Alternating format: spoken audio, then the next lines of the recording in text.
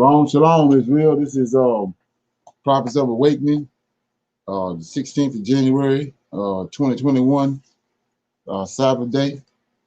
What we're going to be dealing with today is what we was dealing with last night was awakening of the Israelites in these final hours.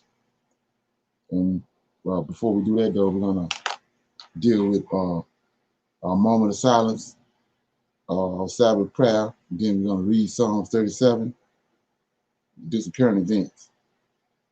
So the moment of silence is in regard to our paying honor to the Creator and His Redeemer, the Lord of Hosts, and all that they are doing to assist us in these final days in removing us from among our oppressors. So with that being said, we're going to give him a moment of silence, and then we're going to do our Sabbath prayer.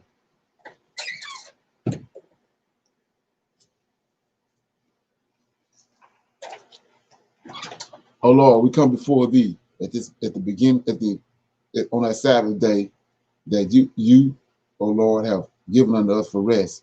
We come honoring and worshiping Thee. We come worshiping Thee because of Thy great steadfastness and Thy might. Oh Lord, you delivered our forefathers out of Egypt and out of Babylon with a show of great force. Oh Lord, you foretold that you would deliver us from the hands of our enemies, the Gentiles, just as your servant Daniel examined the book of Jeremiah and realized your coming in his time. Oh Lord, you have opened up our eyes to these books that have been hidden from us. And oh Lord, we have discovered that you foretold the prophets that you are coming to deliver us. We are waiting and seeking you, oh Lord, at this hour, seeking and waiting for your return. Tarry not, O Lord, stretch forth thine hands upon thine enemies and scatter them. Come from thy holy habitation and turn back our captivity. Peace be unto you. Okay. So that was our Sabbath prayer. I'm going to read Psalms 37. I'm reading Psalm 37 so I can start calming the people down, because they need to understand what the Lord of Hosts is capable of and what He's already promised us.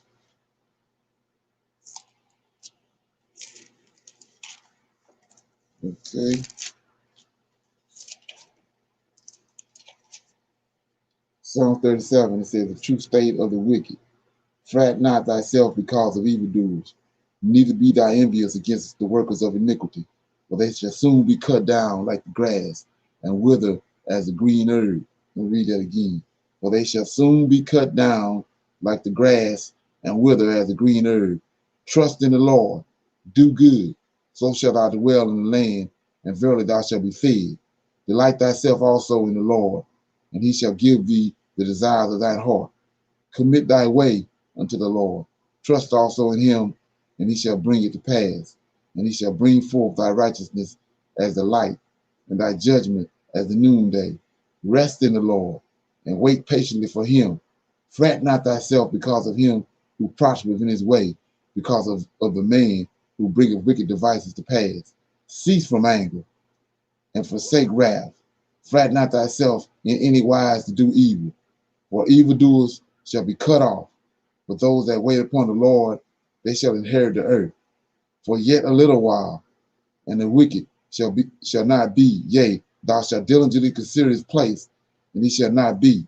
But the meek shall inherit the earth, and shall delight themselves in the abundance of peace. The wicked plotteth against the just, gnasheth upon him with his teeth. The Lord shall laugh at him, for he seeth that his day is coming. Let me shine a light on that. It says, verse 12 says, the wicked plotteth against the just, and gnasheth upon him with his teeth. But 13 says, the Lord shall laugh at him, for he seeth that his day is coming. So it tells you that he see it. Whatever the wicked trying to do to you, he said he see it, right? So who is the Lord? He's an angel. What is he? He a watcher. So you shouldn't be surprised. Like I said the other day, he tells us that it's not a leaf that's gonna fall from a tree you don't know about. So if he done Yes, chosen you, yes. if he done chosen you in these last days, last hours, you part of his elect. You think he ain't watching you? If he watching a leaf when it fall from the ground, he watching you. So I also read that he said, "Fret not, don't worry about it." So you have to reprogram your mind, uh, not to worry about small things, simple things that's going on around you. You want to have discernment, but you're not worrying about it because he said you're gonna see him one day, and next day you ain't gonna see him. So that's how you gotta understand that. He says, I mean, he even told Daniel, "I saw you." That's because he'll watch it. I saw you the first day you started praying, and I was given a commandment to go forth on the first day, but he got held up. So Psalms 37:14, the wicked have drawn out the sword and have bent their bow to cast down the poor and needy and to slay such as be of an upright conversation. Their sword shall enter into their own heart, and their bows shall be broken.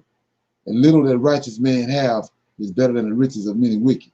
For the arm of the wicked shall be broken, but the Lord upholdeth the righteous. The Lord knoweth the day of the upright, and their inheritance shall be forever. They shall not be ashamed in the evil times, and in the days of famine they shall be satisfied. But the wicked shall perish, and the enemies of the Lord shall be as fat lambs. They shall consume into smoke, shall they consume away. The wicked borrow and payeth not again, but the righteous soweth mercy and giveth. For such as blessed are him shall inherit the earth, and they that be cursed of him shall be cut off. Yeah, I want to shine light on something in verse let's see what I'm at. Fact, verse 20. He says, "But the wicked shall perish, and the enemy of the Lord shall be as fat lambs." Right. So, you're Israelite, you eat lamb, and you decide you want to eat lamb that night. You're gonna go to the herd. What you gonna get? You're gonna get the fattest one you can find. Right. So look what he's telling you about the wicked. He says, "But the wicked shall perish, and the enemies of the Lord shall be as fat lambs."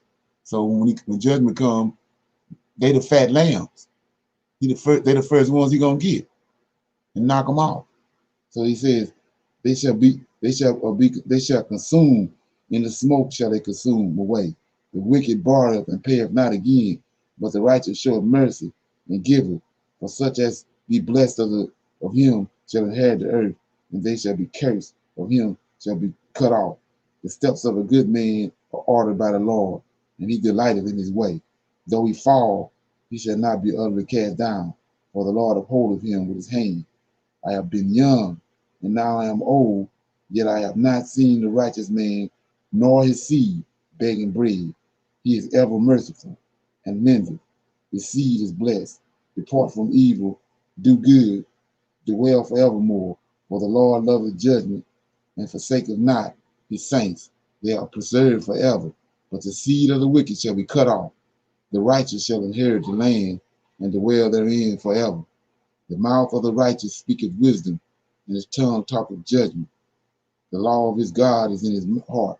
None of his steps shall slide. The wicked watcheth the righteous, and seeketh to slay him. The Lord will not leave him in his hands, nor condemn him when he is judged. Wait on the Lord, keep his way, and he shall exalt thee to inherit the land. When the wicked are cut off, thou shalt see it. I have seen the wicked in great power, and spreading himself like a green bay tree. Yet he passed away, and lo, he was not. Yea, I sought him, but he could not be found. Mark the perfect man, and behold the upright. For the end of that man is peace. But the transgressors shall be destroyed together. The end of the wicked shall be cut off. But the salvation of the righteous is of the Lord. He is their strength in the time of trouble. And the Lord shall help them and deliver them.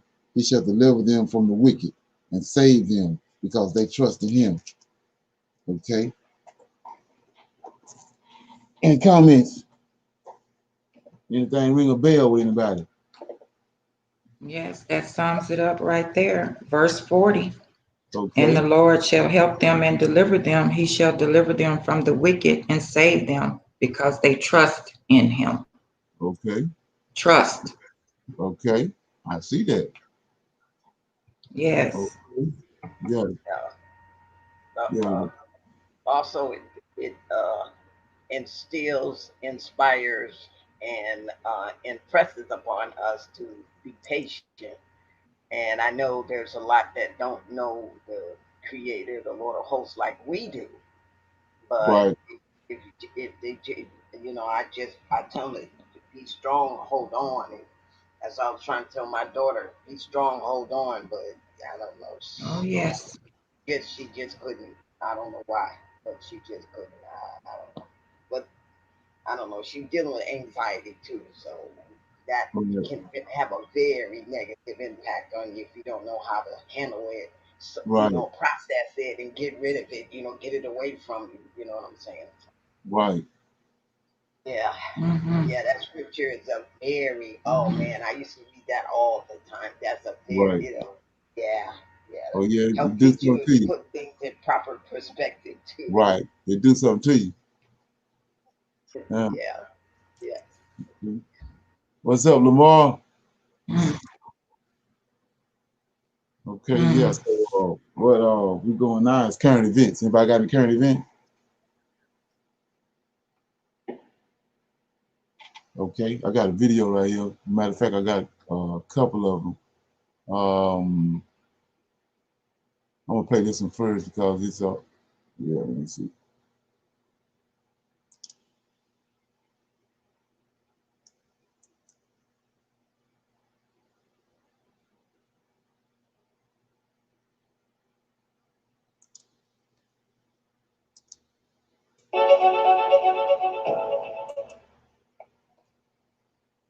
The time when COVID-19 was a white man's disease, that time is long gone.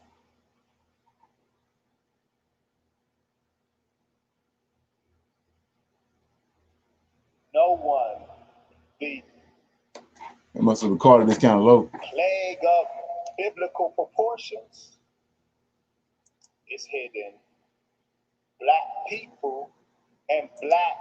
Can y'all hear that? A little low, but we can turn our volume up. Yeah, I think they turned it down. I mean, I think they recorded it low, but I'm gonna go ahead and play it. Males in particular like no one else.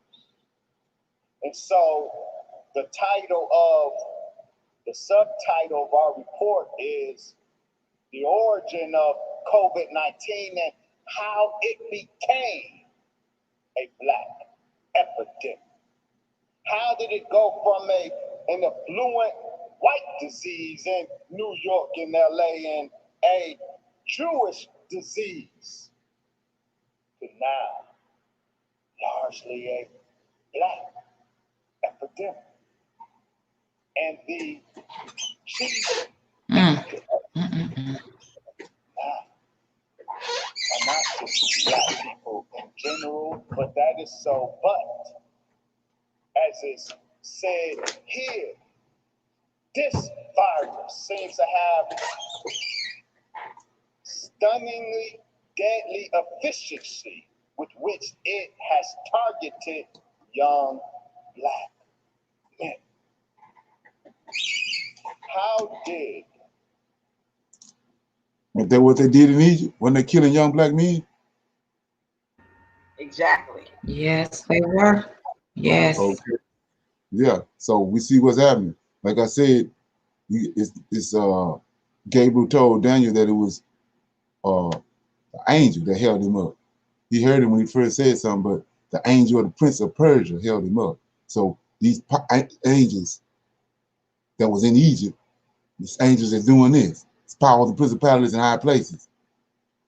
They ain't they don't die. So where they messed up in Egypt, they getting it right now. become a black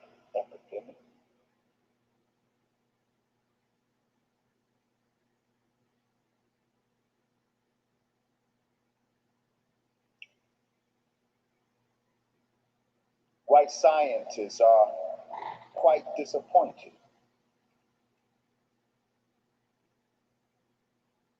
The depopulators, with their focus on Africa, had high hopes with this virus. With Africa's weak medical infrastructure, with the congestion in Africa, and with Africans suffering the same high level of comorbidity factors that we do here in America, they expected Africa to burn up as Europe was burning up. And today they are angry because Africa seems to be protected.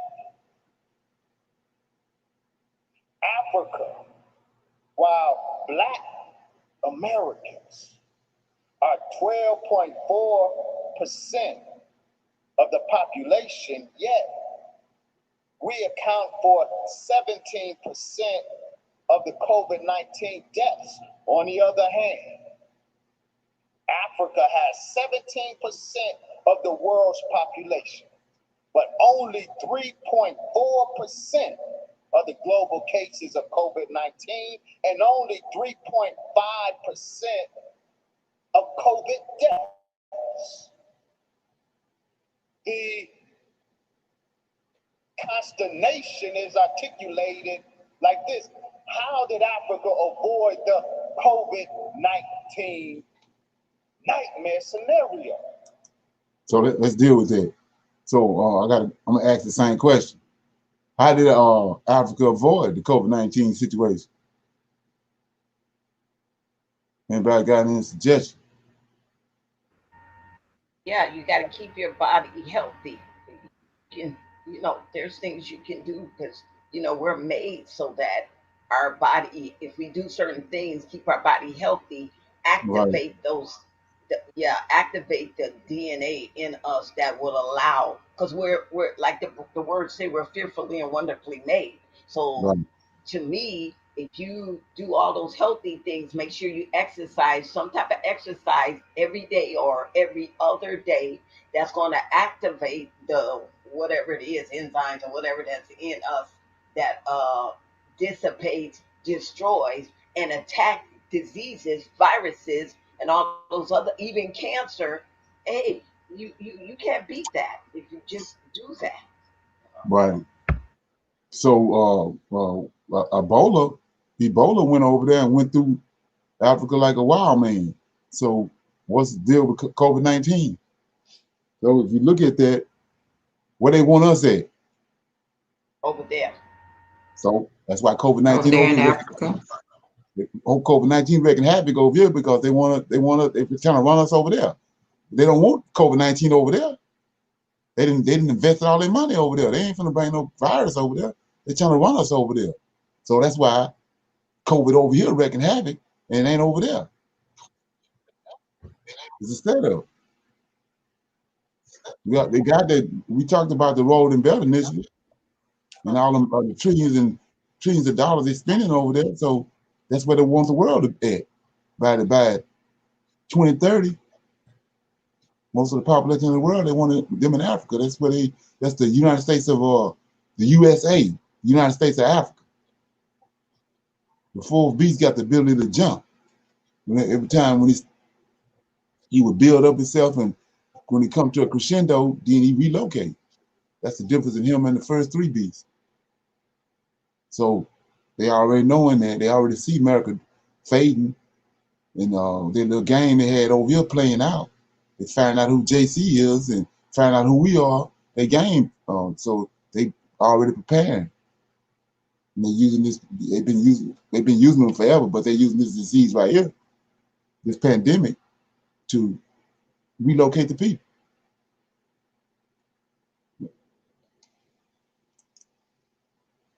They're mad. But this is the point I want to raise to us today.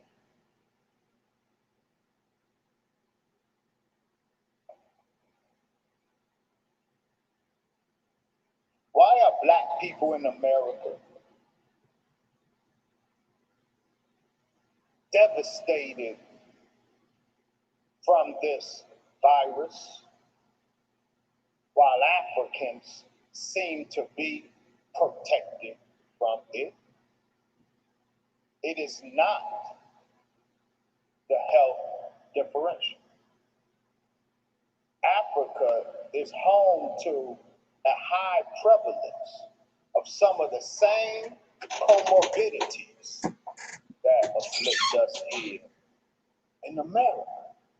This is why the white scientists are so taken aback at the fact that Africa has averted the COVID-19 disaster. Black Africa, specifically Black Africa, the extent to which there are pockets and bubbles of COVID-19 flares, they tend to be non-Africans in the continent. But Black Africans, with all of their comorbidities, seem to be protected from the virus, but Africans in America are devastated. How do we account for that, especially if this is, and it is, a pestilence from heaven? You say, wait a minute, Brother Dr. Wesley. Weren't you the one trying to convince Rabbi Harry that Black people in America are the chosen people of God?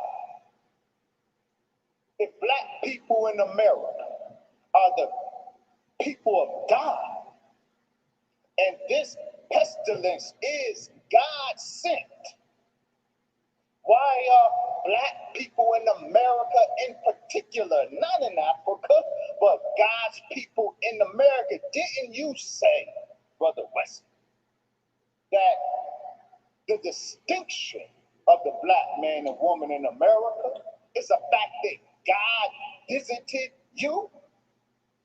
Yes, we say that. And so, like Jews having to come to grips with the reality behind Adolf Hitler, we have to come to grips with and have to put on our big boy and big girl pants and have a hard discussion, a hard conversation about why is Black Africa protected, but Black America is devastated. I will make a suggestion to us, if I may.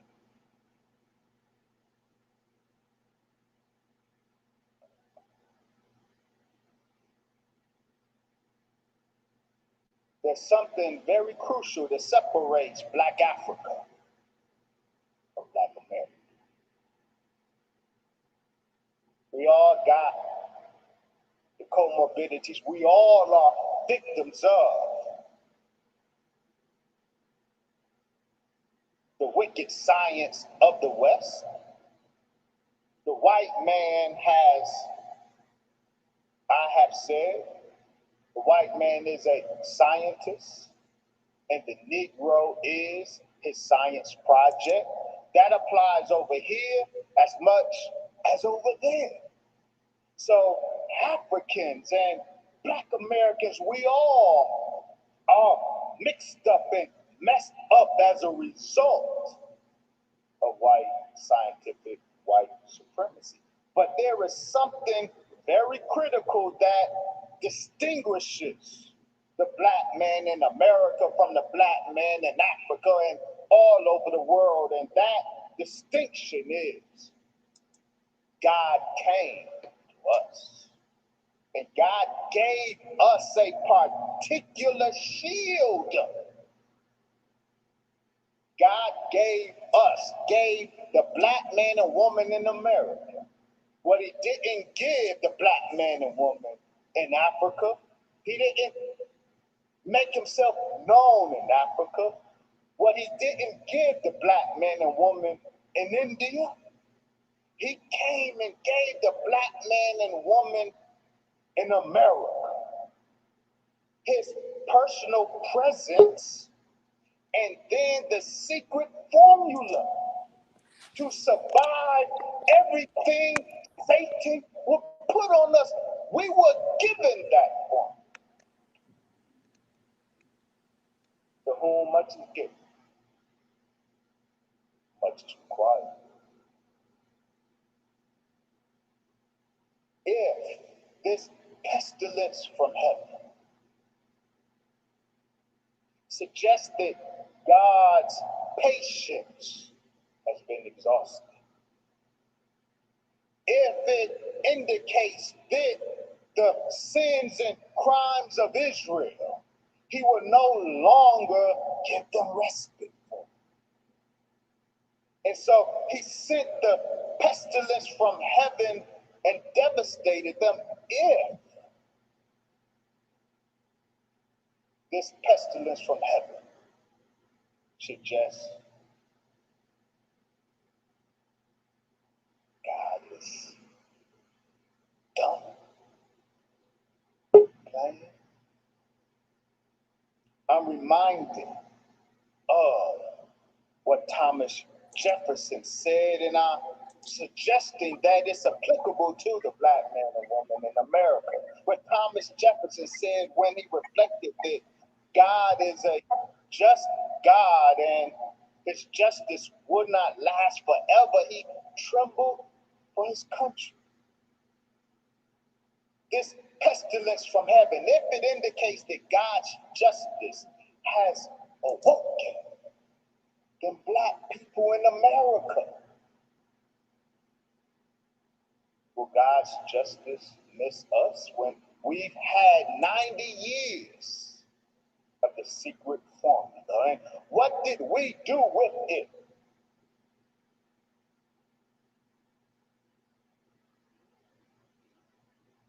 They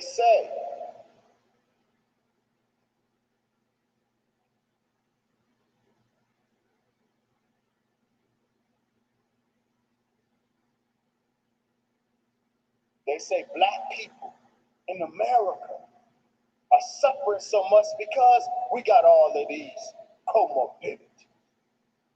We're obese, diabetes, hypertension, cardiac, pulmonary, the whole spectrum of ailments. We, black people in America, lead the pack. Now, we didn't come to America like that. We were scientifically produced in this way. However, for 90 years, we had the manual that had we adhered to it, we would be protected right now from COVID-19. That's a fact. You know why?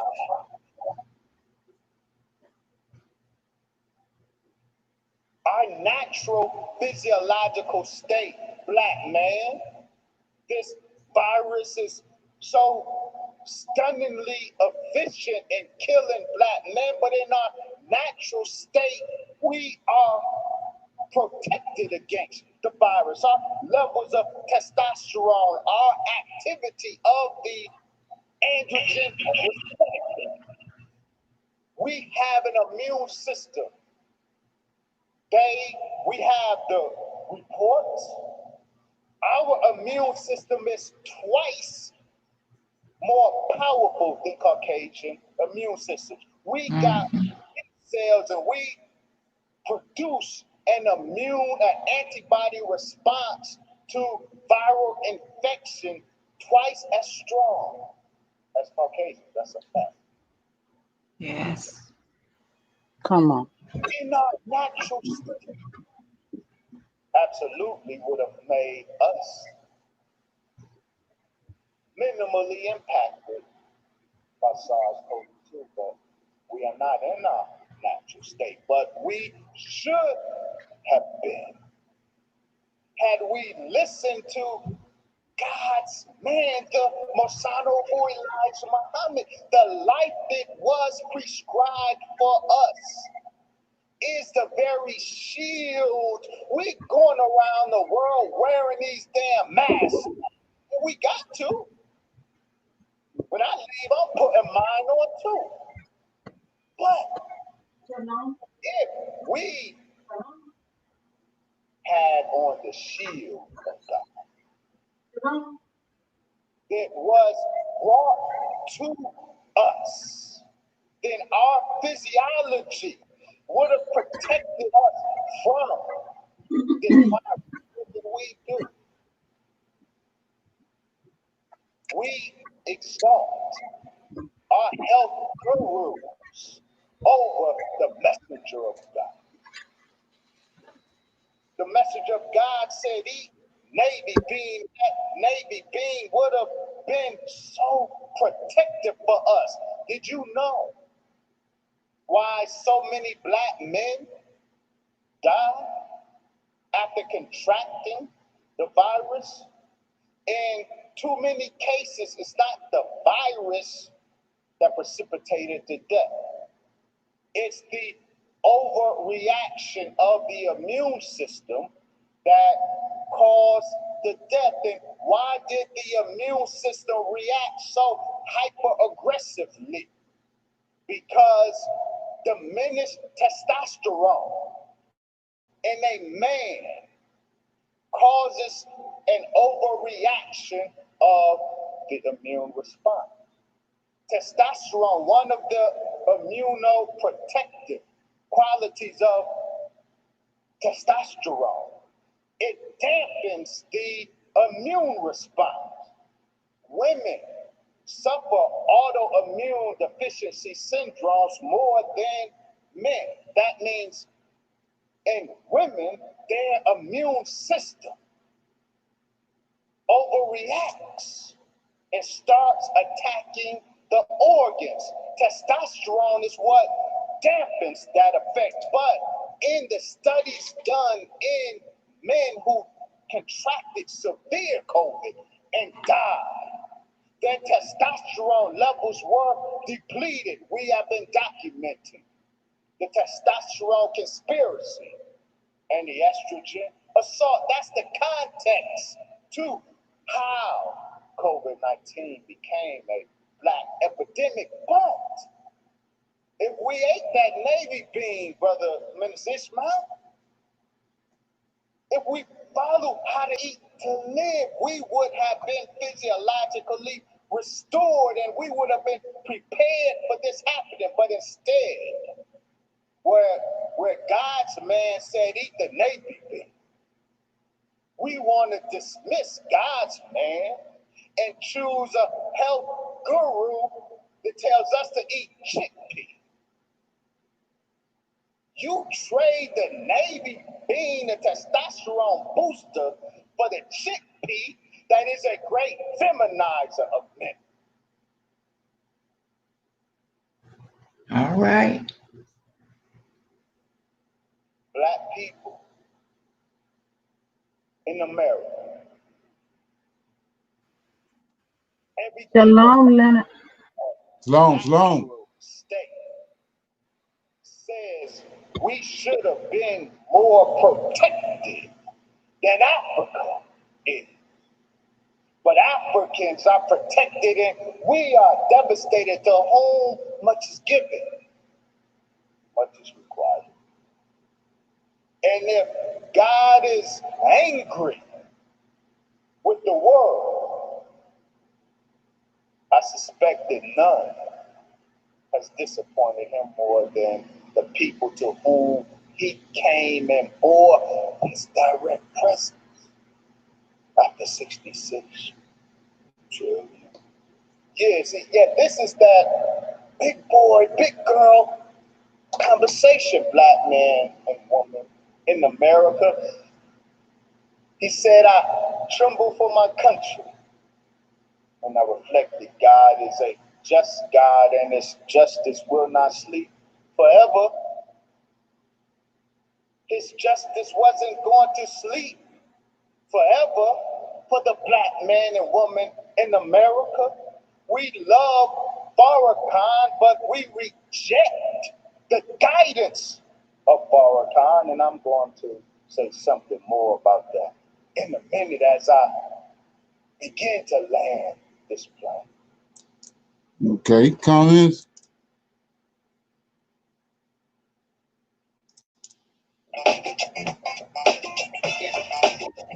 Shalom, shalom.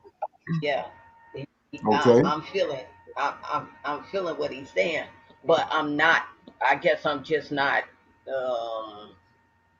grasping that Africa is protected. What I don't know. Me personally, what I think has happened is that where it seems like the Caucasians are in abundance in Africa, that's where the virus is in abundance in Africa. Where they are Okay. not, it appears, and somebody else on the YouTube mentioned that also. And when you hear about, like, in South Africa, well, we know there's a lot of Caucasians there, and then in Nigeria. So that's just what I see. Okay. Yeah. Well, yeah. It's a good analysis. A good video. One thing missing is the Lord of hosts and curses that's on Israel. So that's what they leaving out, being that they dealing with Islam and all that. He's looking past the fact that the Most High got curses on us, and he said that those curses was gonna be there until he come and deliver us. So he leaving that part out. But when he was saying the part about we missed the mark, we missed the mark 2,500 years ago. So we living until our God, the God that we deal with, the Elohim that we dealing with, he foretold. He foretells things. He tell us. He asks the question: can you can the God that you serving tell you things before they happen? And Right. the answer is no. So he's already told us Exactly. in Deuteronomy 28 that he was going to bring the diseases from Egypt upon us, and then new diseases that we don't know nothing about. Right. So that's what he overlooking that. Yeah. Any Shalom. more comments? Yeah, I agree that it's good sound information. Like you always tell us, take the meat and spit out the bone. Right. And even though he is speaking with a slant toward Your mic messing up. our lives, and okay, I think it's good information. I just leave it there. Right. You might need to come back in. Okay. Okay. Okay. Anybody? Leonard. Yeah. I'm sorry, excuse me. I just want to put a little more information out about that topic that was covered. If you want to read more about that story, you can go to ProPublica, and the topic will be how COVID-19 hollowed out a generation of young Black men. Okay.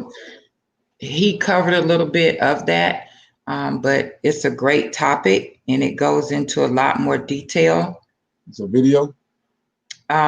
No, it was just a news article. Okay.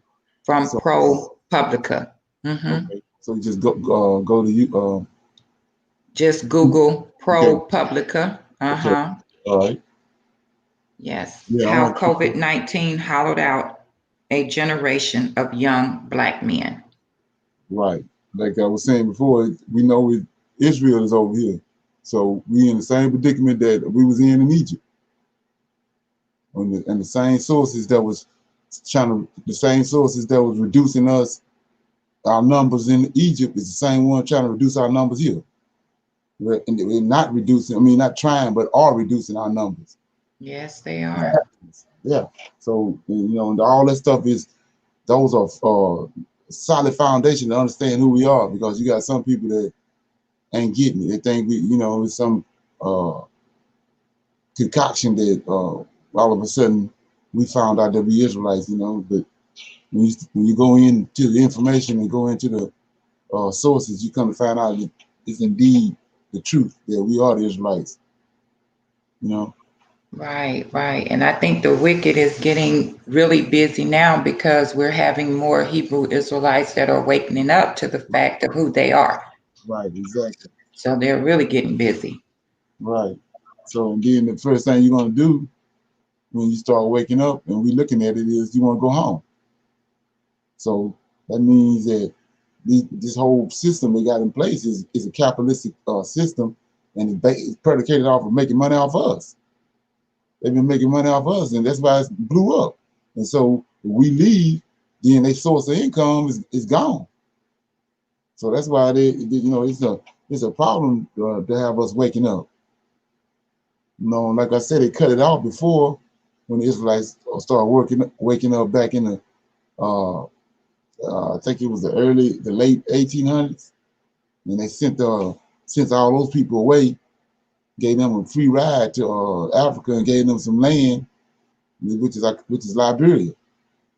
We have a lot of people talk about Ghana this, Ghana that, Ghana this, but it's already an African American country already over there. It's Liberia.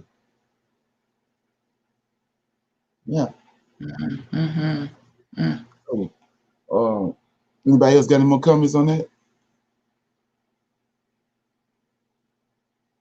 Yeah, I was want to say to Mr. Jarvis Anderson that I see you found out who the Lord of Hosts is. That's good to know. Okay. So what I'm gonna do now is jump off of what we was talking about last night. In dealing with in particular Obadiah. I'm gonna show you how that been going over so many people's head. Even to right now, it goes over so many people's head because of the people we've been listening to. We was dealing with Daniel and how Daniel had Daniel was called out by Nebuchadnezzar. He tried to get all his so-called wise people and the ones that had corner knowledge to interpret his dream, but not understanding that the dream came from heaven, and the dream was brought to him by an angel of the Lord. And so this angel of the Lord is the God over Israel, the strong one over Israel. So he's going to take an Israelite to interpret the dream. He going all over the place trying to get somebody to interpret the dream that don't know anything about it. So finally Daniel showed up and broke the dream down and delivered the information to him. So I'm going to show you some, we've talked about Obadiah over and over again on this line. So now I'm going to give you some Gentiles interpretation of Obadiah.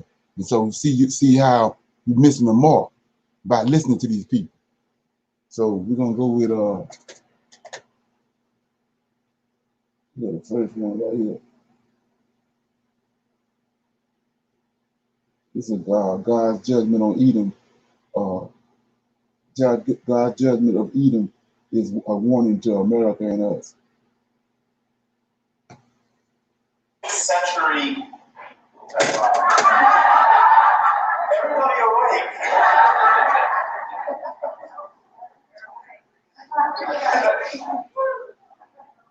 I like that. Reaching the community. Turn it up.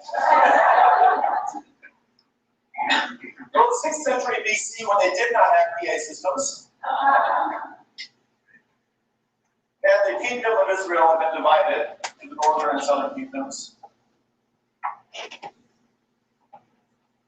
Babylon had gone on its military march, had taken out Israel, and had then gone after Judah. The city of Jerusalem was devastated. The temple leveled. A remnant few were in the area they saw the atrocities. They started to wonder, where's God? They knew that God had done this to them. They were being sent into exile because of their sin. Just God warned them what happened. But then they look around and they see their enemies surrounding them. And their enemies have been sinning and getting away. Where's God to judge them? Where's God to protect them? He promised to take care of them. But here they are facing adversity on all sides. Oppression from everywhere. They were beaten, broken, worn down. Their lives were difficult and uncertain. Where's God in these kind of situations? It was in this time that Obadiah, like others, had heard a rumor. But God had a message for Obadiah to deliver to the Judahites. And this message is the book of Obadiah. It's a message of hope. Hope to the oppressed, to the broken, to the uncertain, to the heartbroken, to the beat down. But it's a two-edged sword. It's also a message of judgment and warning to the oppressor, to the rebel against God, to the sinner. Go ahead and turn to Obadiah. We're going to look at the first 14 verses. It's a short book.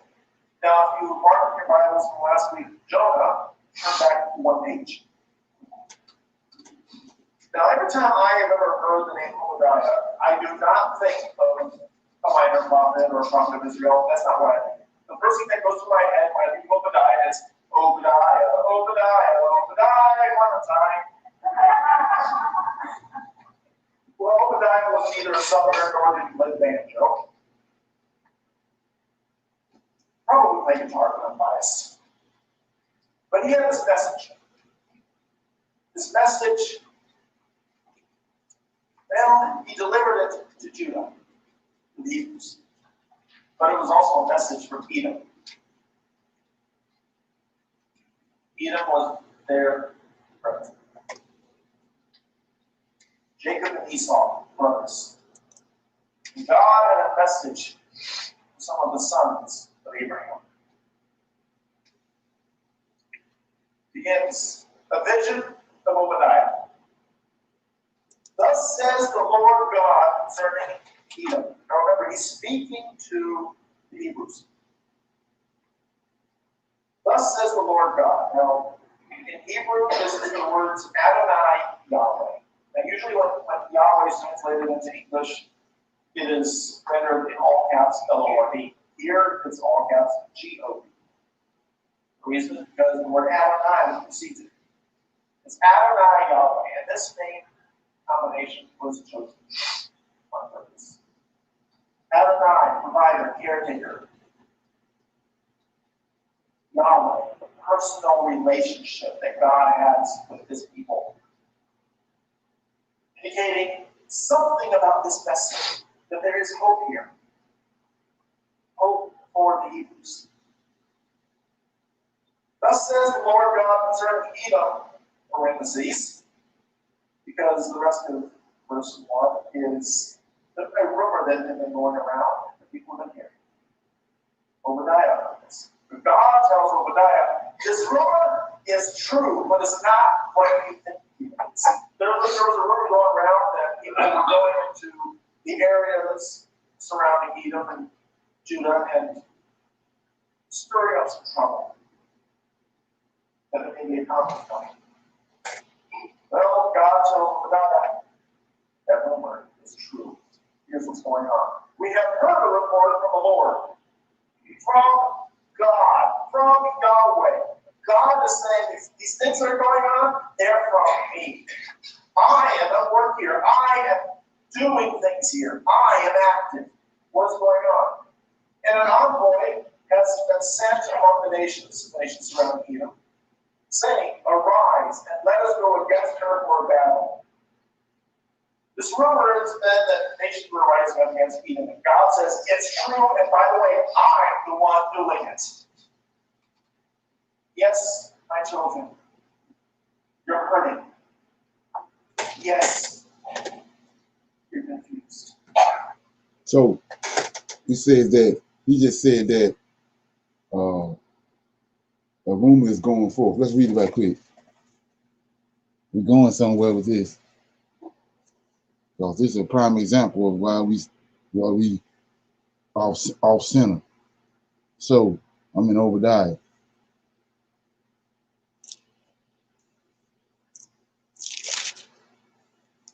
And he says, behold, I have made thee, I'm in Obadiah chapter 1, verse 2. Behold, I have made thee small among the heathen, though thou art greatly despised. The pride of thine heart have deceived thee, though thou dwellest in the cliffs of the rocks, whose habitation is high, that saith in our heart, who shall bring me down to the ground? Though thou exalt thyself as the eagle, and though thou set thy nest among the stars, thence will I bring thee down, says the Lord. Right? So the whole topic is he's talking about Edom, but he's addressing Israel. He just told us that he's addressing Edom, but he's talking to Israel about what Edom has done and about how they're gonna how he's gonna deal with Edom later. But the topic, the person that's being addressed is his people Israel. So already right there, y'all off track, but I'm gonna show you why he's saying that, and that's how he was taught.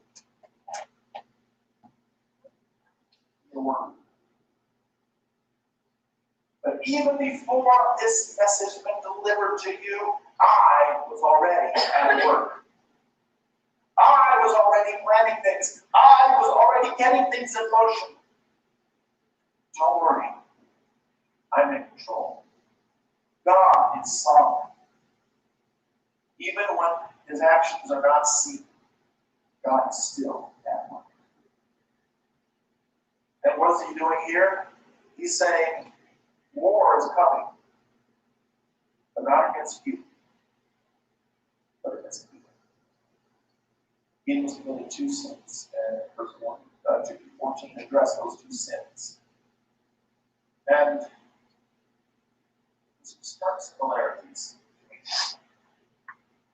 Essentially, we see. Verse 2, behold, I will make you small among the nations. This is where the message that God has for Edom begins. I will make you small among the nations. You are greatly despised. Or, simply that, you will be greatly despised. This is a prophecy of servants. This is absolutely going to happen. But he tells them, you are small. Why? That's how Judah felt. That's how the Hebrews felt. They were insignificant, surrounded by massive, massive armies. Babylon had devastated them. They were tiny.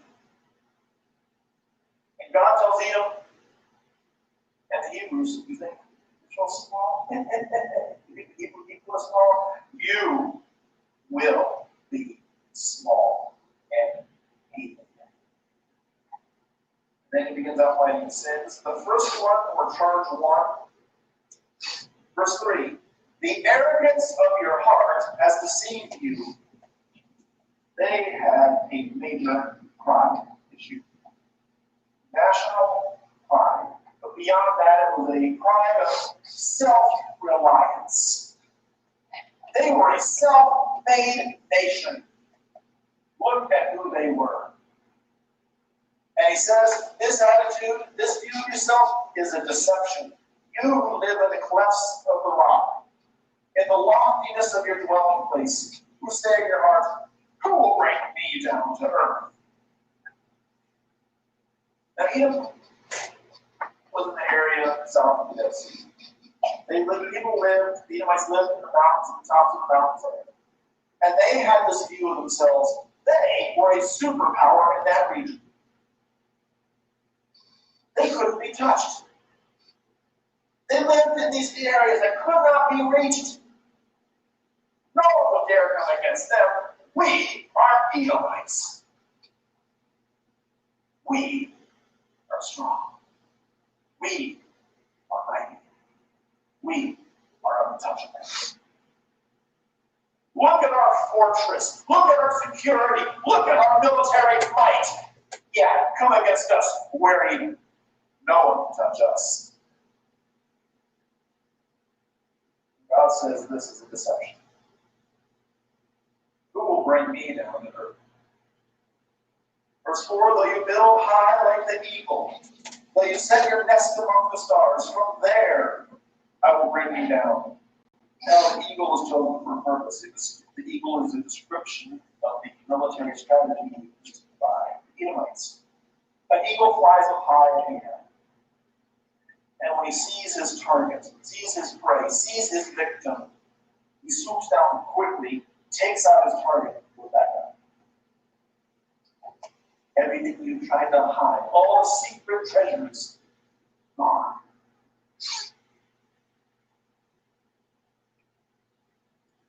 And how will it happen?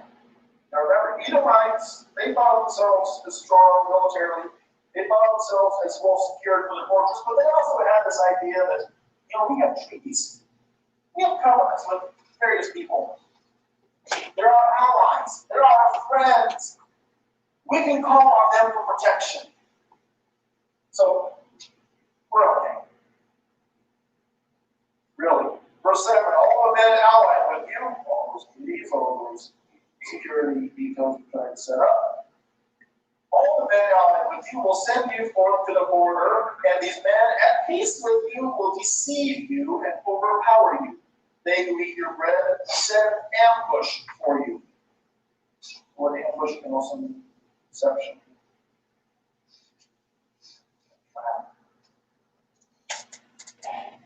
The idea here is this. You will see.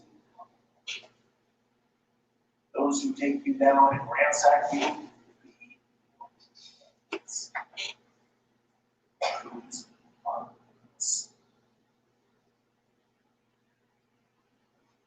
now, Edomites prided themselves on their intelligence, on their intellect. There wasn't a thing that they couldn't see coming. They had all of the networks set to monitor, observe, and know. Notice he's flipping all around, understanding, but you're going to keep going. Not a thing. They had all the security set up. They had all the surveillance set up. They had all the informational networks set up. They saw anything coming, and God says, oh, you think you're so smart? You won't see this one coming. Your friends will take you down. God set this up. Just one, remember, the Lord said,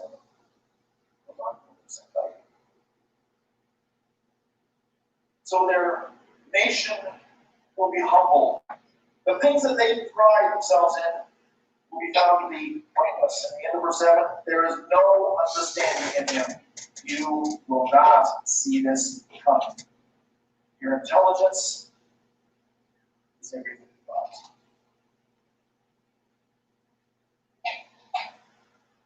Will I not on that day, declares the Lord, destroy the wise men from Edom and understanding from the mount of Esau? This is again going after the intelligence and the intellect. Then your mighty men will be dismayed or shattered. That way, Tina, that's the area in Edomite. Edom is here used as a synonym for Edom. Your mighty men, your greatest military soldiers, essentially your special forces. Your special forces will be devastated. Flee in terror. How do we know that's the understanding? The mighty men will be dismayed, so that everyone will be cut off from the mountain of Esau by slaughter. Your great military, your great intelligence, your intellect, your brain is going to do you no good. Because I, God, have looked down at your pride, your self-promotion, your ego, and said, I've had enough. Because that has led you to do some things that are even worse than your pride. Picking up in verse 10. Because of your violence to your brother Jacob. Here he begins outlining the details of these specific activities they've been doing. Because of your violence to your brother Jacob, you will be covered with shame, and you will be cut off forever. Forever. The nation of Edom will cease to exist. It can't happen. Watch. Sure, we don't see for justice for going about. So right here, where he at right here, he's saying that we're gonna see it later on, but he's saying that Israel was cut off. Edom was cut off as a nation. Right here, they don't believe that the Edomites exist no more. They was cut off as a nation. Same way they did with Cain's seed. I told you when they concocted Ham, Shem, and Japheth being Noah's sons. They cut you when you read that when using Christianity, you don't even Cain's seed don't even exist no more because they, the flood got rid of him. But understand he came through the flood. And right here, they telling you Esau got cut off right here as a nation. They don't exist no more. But we know that's a lie from the pits of hell because they're the ones that came and got us on the ships in the transatlantic slave trade. They the bankers in the world today. Behind all these corporations and all the stuff that is going on now, behind the vaccines, the Edomites, the Rothschilds. But he's under the assumption, and he's been taught that the Edomites was cut off in Obadiah. So we're gonna keep going for a minute. We're going somewhere.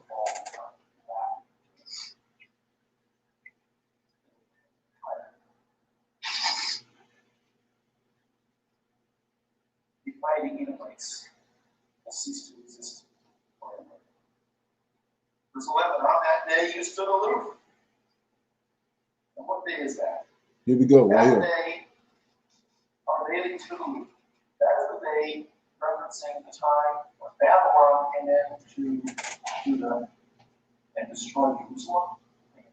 Okay, so let's stop right there. So we in Obadiah. We in Obadiah chapter 1, verse 10, verse 11. You got it? Yes. So it says, in that day, in the day that thou stoodest on the other side, in the day that strangers carried away captive his forces, foreigners entered into his gates and cast lots upon Jerusalem, even thou was one of them. He's just telling you right here, and this is what everybody is saying, all mega pastors, rabbis, everybody, seminaries everywhere, that this happened, verse 11 happened during the time of Babylonian captivity when Nebuchadnezzar came. Right? So let's go look at it.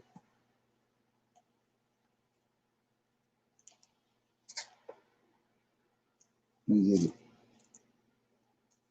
We in Nehemiah, because Nehemiah in captivity in Babylon too.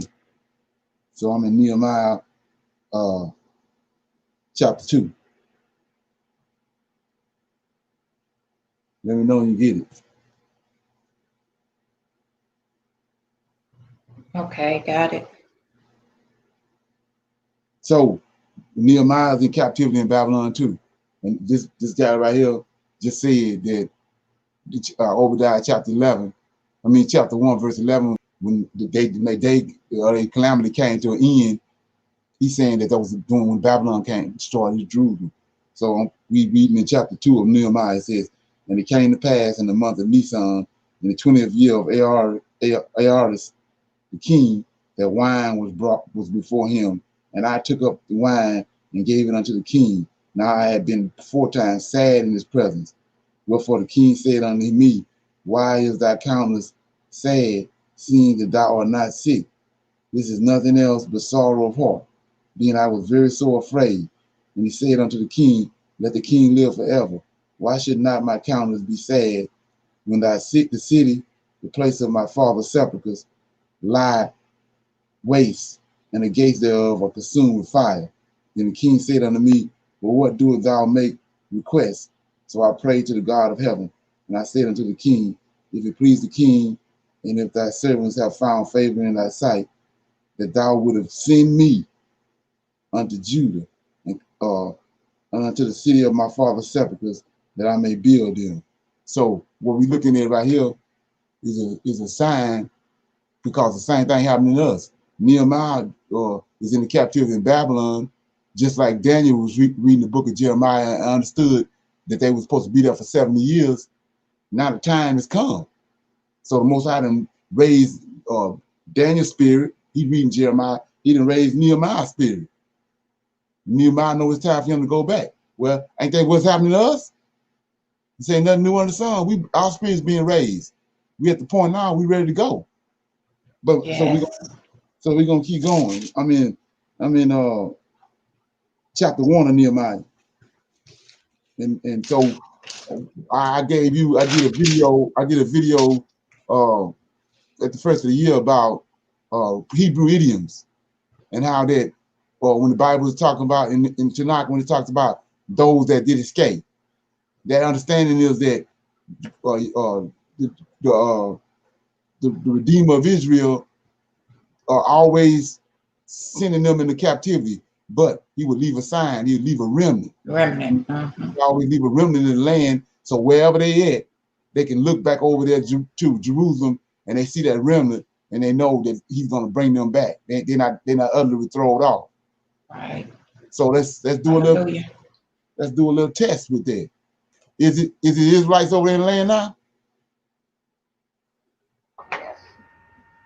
Is there any Israelites over there in the land now?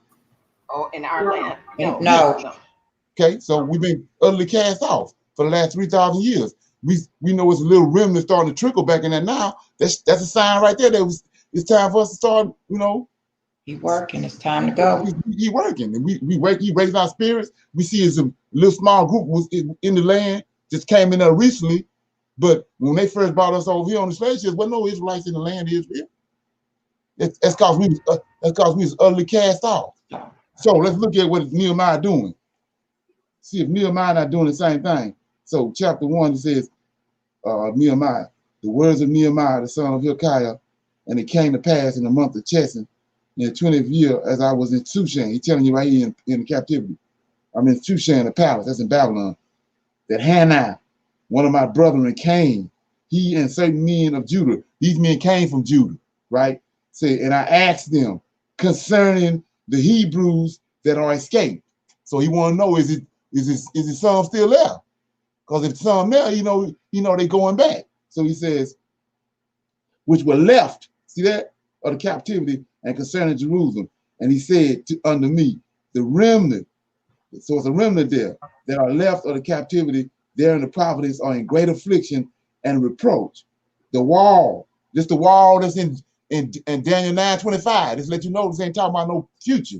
He says, the wall of Jerusalem also is broken down, and the gates thereof are burned with fire. So now let's go back to what this brother just said. Obadiah chapter 11. Obadiah chapter 1, verse 11. This guy right here just said, verse 11, in that day. So this is the day. In that day, in the day that thou stoodest on the other side, in the day that strangers carried away captive his forces, foreigners entered into the gates, cast lots upon Jerusalem, even thou was one of them. He said that was during the time of Babylon, right? Well, go down to verse 13 and 14. And we're going to get the answer. It says, thou should not have, this Yahweh talking to the Edomites, thou should not have entered into the gates of my people in the day of their calamity. He's saying that's when Nebuchadnezzar came. Yea, thou should not have looked on their affliction in the day of their calamity, nor have laid hands on their substance in the day of their calamity. Neither should thou, look at this, neither should thou have stood in the crosshairs to cut off those of his that did escape. Neither should thou have delivered up those that did remain. So Esau killed the remnant. So this ain't the same time, because Nehemiah just looked back and asked a couple of Judahites that came from Jerusalem, asked them how the remnant is. And he told them it's a remnant there. Esau killed the remnant right here. This ain't the same time. It's major because of what they're doing is they taking out the whole scenario in First Maccabees when Antioch Epiphanes came. The day of Israel's calamity come to an end right here when Antioch Epiphanes came, and there ain't no remnant because Esau killed the remnant. He understood that, so he wanted the land, so he killed the remnant. So this not during the time of Babylon. So what this dude been trained in the seminaries and all that is how to lead you to Jesus. So he telling you that this doing, he probably don't even know this, but he taking you to Babylon, but this ain't what's happening. Like I said, this during the time of Antioch Epiphanes, when the whole nation of Israel was totally wiped, the remnant was wiped out, and the elect ones, he sent them away, and they ended up on the west coast of Africa, right? So let's look at that right quick. You know, you might have somebody out there seriously trying to understand this. So hold on 1 minute.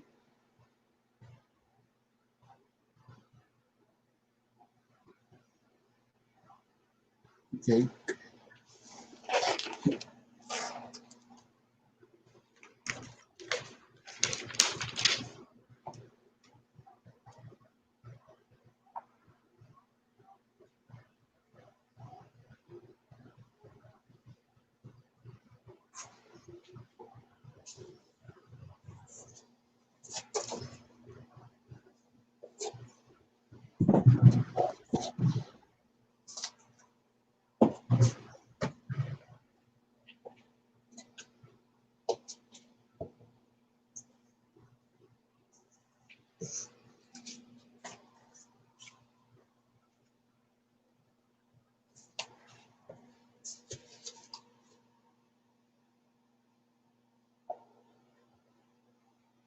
Okay.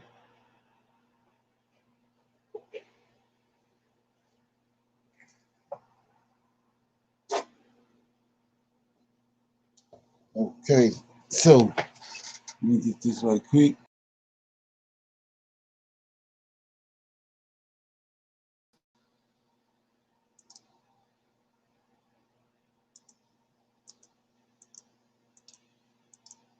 So you see these maps right here behind me. You can see right quick. We're gonna do this right quick. See, this is where when you understand that it wasn't during the time of Obadiah.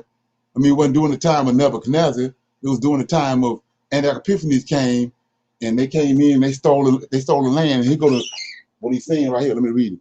He says that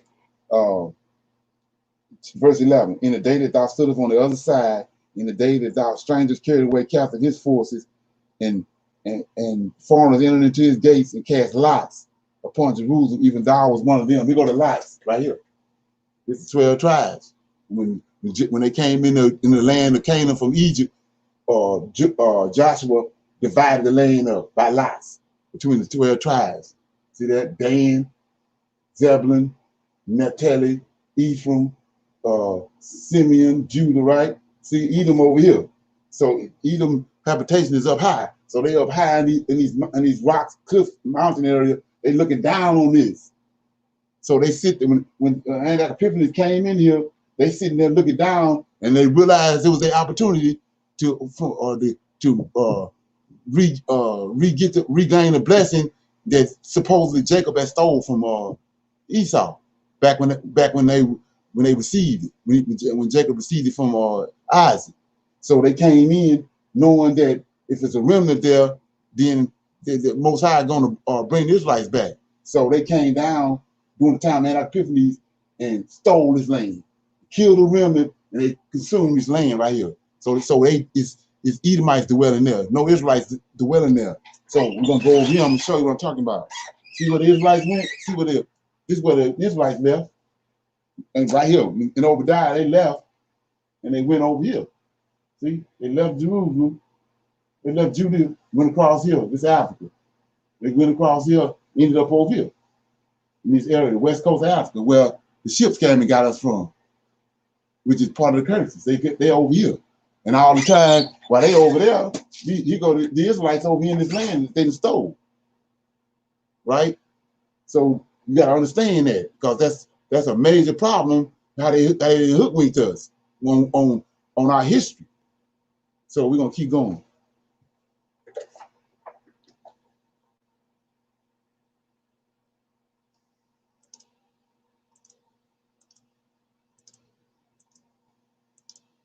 So yeah, let me keep going with this guy right here. So we got him and one more guy. Babylonians came in and attacked the Edomites' family. The Edomites stood back and went, check out what's happening to them. And we're not going to do it.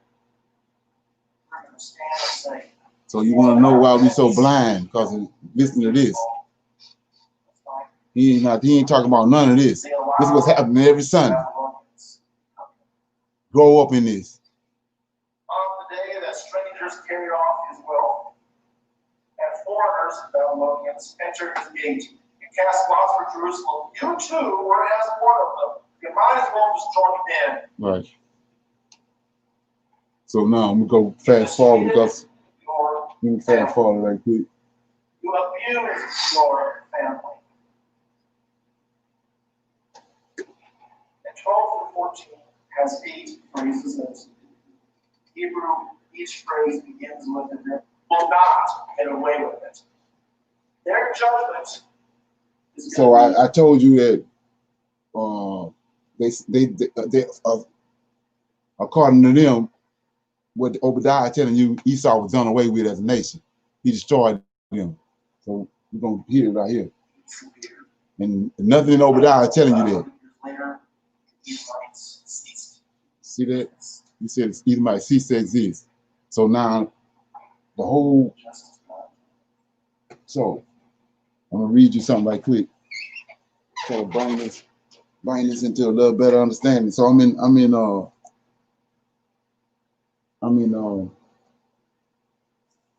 the Apocryphal book, and I'm in Second Maccabees. Let me see if I can find it right quick.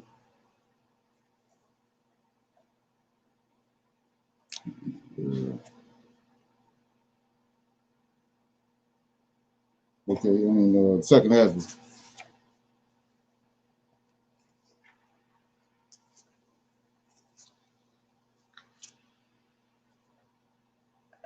Second Ezra, and if you've been watching some of the videos on our channel, I made one in particular dealing with Zerubbabel. Understand that Zerubbabel is a Messiah that's in Daniel 9:25, and so him and Joshua, the high priest, was raised up by the Most High in order to bring the Israelites out of Babylonian captivity.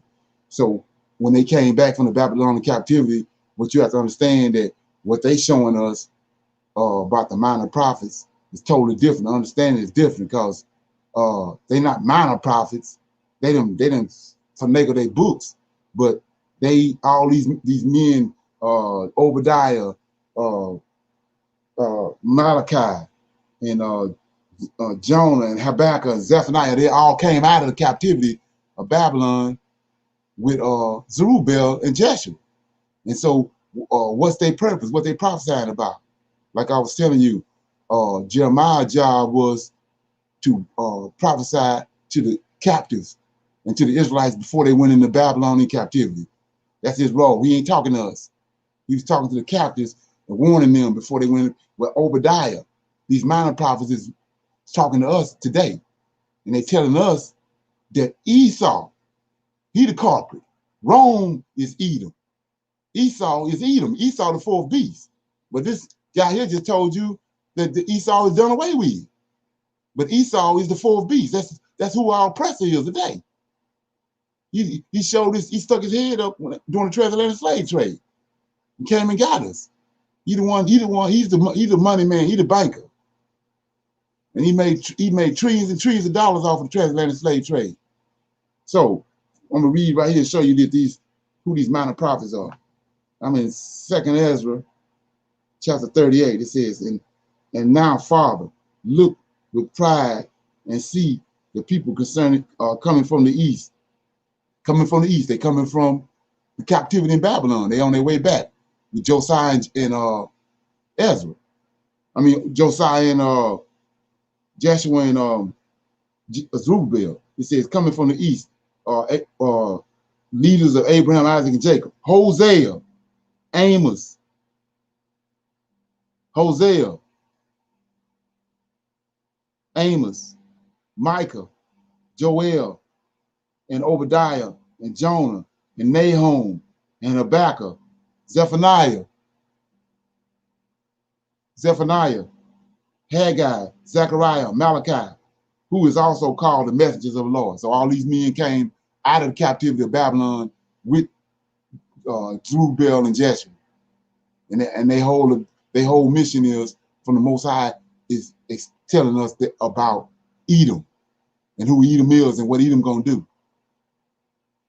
But the powers that be concocted a system to make you think that Edom done away with. When he's right there where you at. Like I said, let me show you this right quick, and then we'll go into that. So let me go over here right now.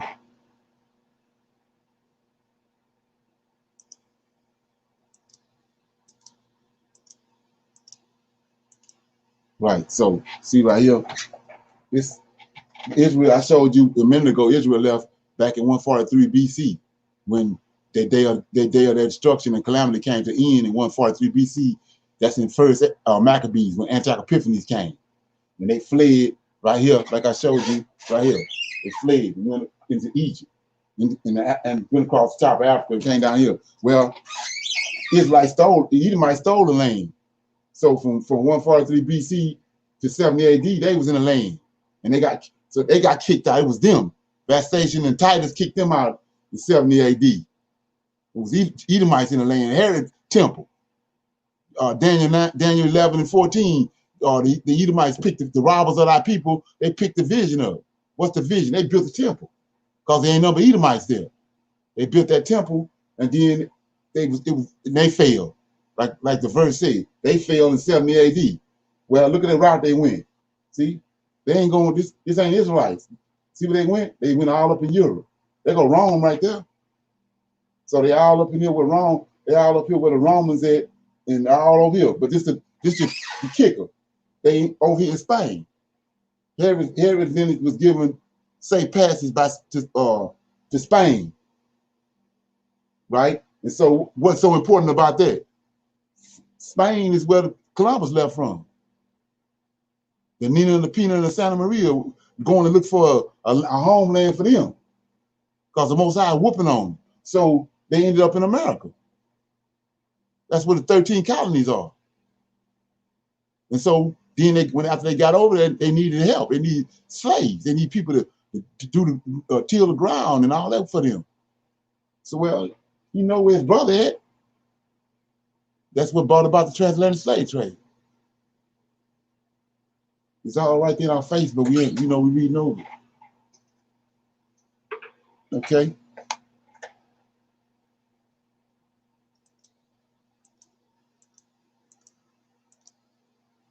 So, with that being said, anybody got any comments? Q right now, before I move forward. Anybody got any comments?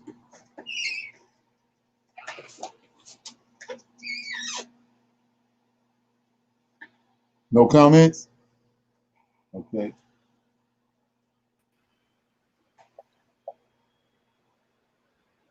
Shalom, shalom. Is my mic sounding okay? Yeah. Okay, I just want to say that when they talk about we perish for a lack of knowledge, not only do we perish for a lack of knowledge, but we perish due to misknowledge. And that's what they've done to us. Right. You know, right. When you talk about the minor prophets, what they taught us in seminary was that, some of the prophets, the word of some of the prophets were less important than the words of, let's say, what they call the major prophets. They called Jeremiah and Isaiah major prophets. They called Joel and Hosea, and those guys minor prophets. But the word of, like you said, the word of Joel, the word of Amos is just as important. I'm tell you what. Huh? Go ahead. Go ahead. I'll be there, man. The word of Amos and Joel are just as important as the word of Isaiah and Jeremiah, because they all inform us of what thus said the Lord. Hallelujah. Hallelujah. Yeah. Right. Right. We'll see right there.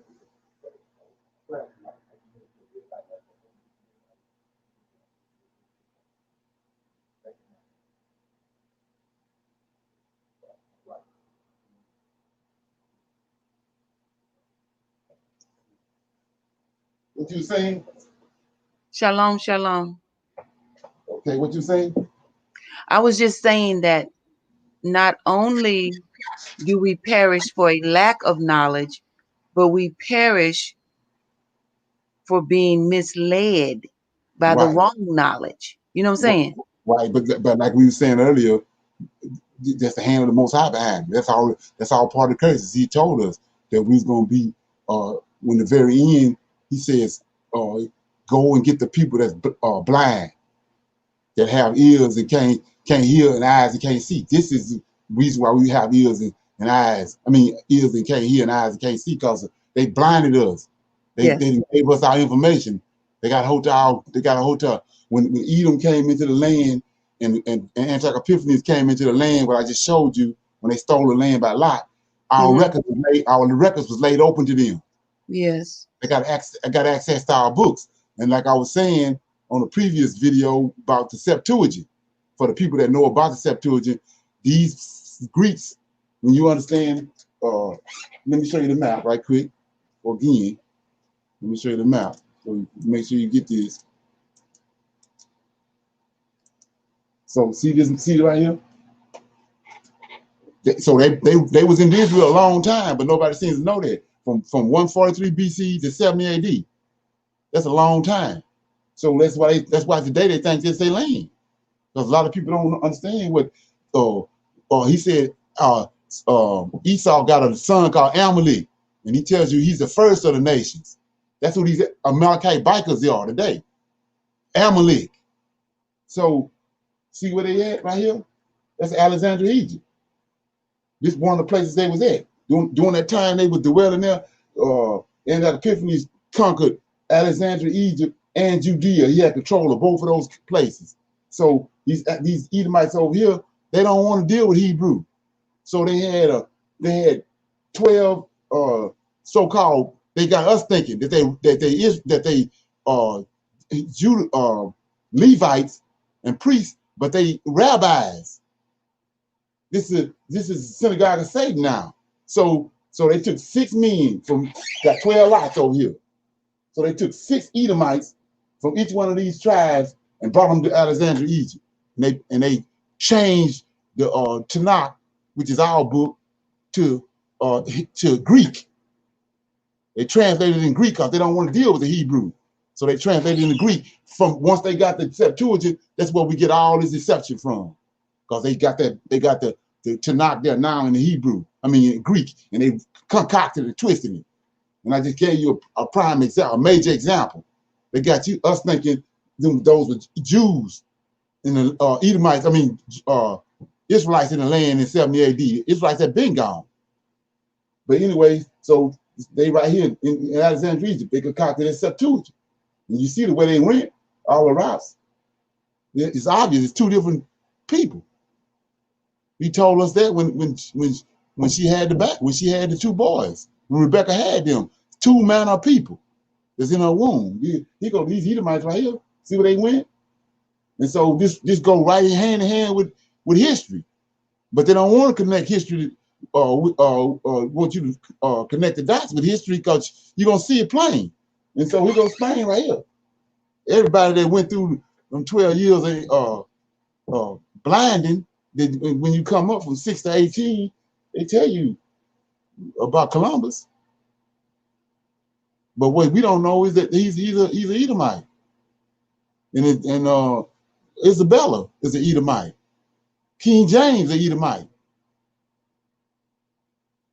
So they go from here and go and find America, and then they build America. They still there now up on the top of the West Coast, up on the East Coast in Boston, Massachusetts, all that area up there, Delaware. That's where they came in. It's still there, and from there they sent ships out and went and got us and brought us over here. That's why we over here. And so the deceptions come back here, like I said, back in Obadiah, and even. I mean, when you stop and think about it, we know that the Most High, Obadiah had to have more than one chapter. You know, he got more than one chapter. They didn't hook one, get twisted and put in there what they want you to have, what they want you to read, and lead you down the road they want you to go down. But it's way more than that. Like I was saying last night with Daniel, when you go to the Apocrypha book, the book of one of the Apocrypha books is Bel and the Dragon. That's Daniel when he was young. So the story of Susanna, that's Daniel when he was young. Mm-hmm. Way more chapters there's way more chapters in Daniel than to meet the eye. But they chopping up chapters and chopping up different stuff to lead you to this fraudulent Greek New Testament and this idol that they created at the Council of Nicaea with Constantine. Right. And so, like I said, if you haven't come across that and they ain't been broken down to you, you're gonna be forever falling in the dark. You're gonna be instead of going down the wrong road because you can't deal with nothing in the New Testament. That's an idol, and what the Most High says when it pertaining to an idol, if you keep on dealing with it, He's gonna recompense it on your head. Mm-hmm. So once it comes to you and it's being shown to you and you constantly dealing with it, He's gonna recompense it on you. You're gonna get strong delusions. Yeah. So anyway, I have a question if it's relevant. Go ahead. When you say that they took 6 people from the different tribes and they brought them to Alexandria to rewrite the Hebrew scriptures, Right. why is it that they did not want to deal with the Hebrew scriptures? That's Esau. He hate Jacob. He hate everything I do. He hate our Redeemer is speaking Hebrew. All the angels speak Hebrew. They don't want to deal with that. Okay. Yeah. So they want to deal with Greek, the Hellenistic part of it. You know, they want to deal with the Greeks. You know, they side with the Greeks. This is the part that people don't understand about Esau. What they done. They didn't hear him, and they didn't hear Japhet, Cain's descendants. They didn't hear them in the scriptures. So Esau is, you know, he was in Persia. He the one which it was Edomites trying to get the Israelites killed in Persia during the time of Esther. Mm-hmm. Okay. Mm-hmm. Edomite. Matter of fact, he's an Amalekite. Yes. So you say, what are you talking about? Well, he sent Saul to kill all the Edomites, all the Amalekites, if you know the story. So, but they, like I said, they didn't concoct it and flipped everything all around. And so the truth of the story is that Saul kept Agag. Yes. Right? Why? He marveled at Agag's height, right? Because Agag was a giant. How you get a giant? Genesis chapter 6. The angels came down and slept with the daughters of men, and they begot mighty men. They begot giants. So Agag is a red-headed giant, and Saul seen him, and he marveled at him, right? And so he kept him. But what they ain't telling you, he kept Agag and his wife. Right. And his wife was with child. Then when Saul came, when Samuel came, we know the story. Samuel killed Agag. Agag tried to sweet talk him like he did Saul, but Samuel wasn't going for it. Samuel chopped his head off, and then chopped his off to pieces. But before Samuel got there, Agag's wife had broke away and went and was on a caravan and ended Right. up in Media Persia. That's how you got Haman. So Haman was the product of that pregnancy. Or that pregnancy, but they don't tell you that because then you're gonna connect the dots. So he tells you when you go read it, he tells you he's an Amalekite, and so you have to ask yourself, is he Amalekite? He Amalekite because they didn't screw the story. And so anyway, so they trying to Esau is in Persia, and he's trying to get all the Israelites killed. He's trying to get them all killed, and he had set it up until Most High did what he did with Esther. Mm-hmm. And so once they got exposed, the decree that was sent out by the king was to now it was recompensed on the Edomites' head to kill all of them, right? It was a decree. It was a decree by the king. He's getting ready to go to war, and he said before he left, Haman had tricked him and told him that the Jews, they was evil. The Israelites was evil that was in his kingdom. They worship. They got another god. They're not referencing his God. So he told him, he sent a decree out to kill all the Israelites. But Esther went in before the king, and he found out that Haman was trying to kill the Israelites, and she was the Israelite.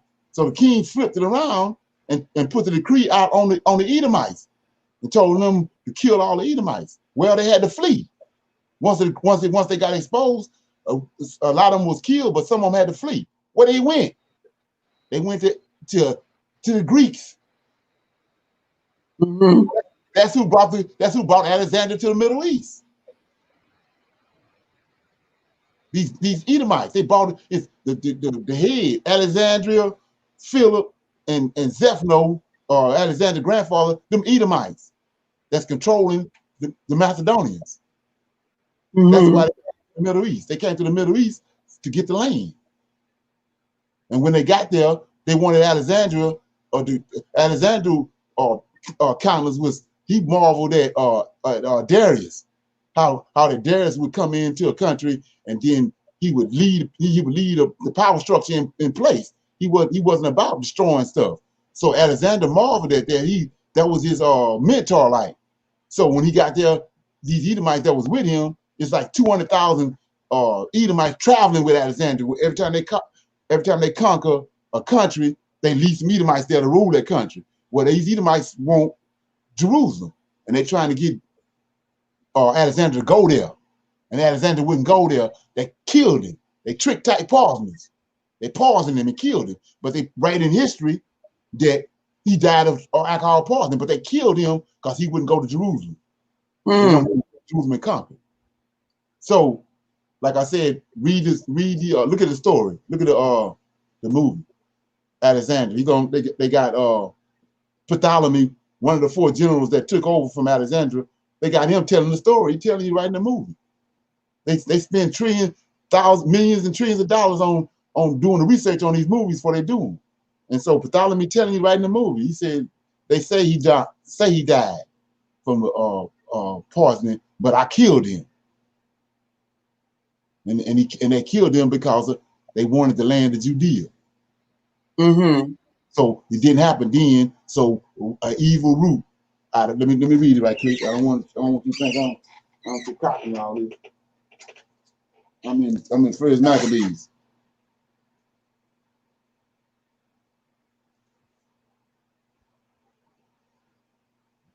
The Apocrypha.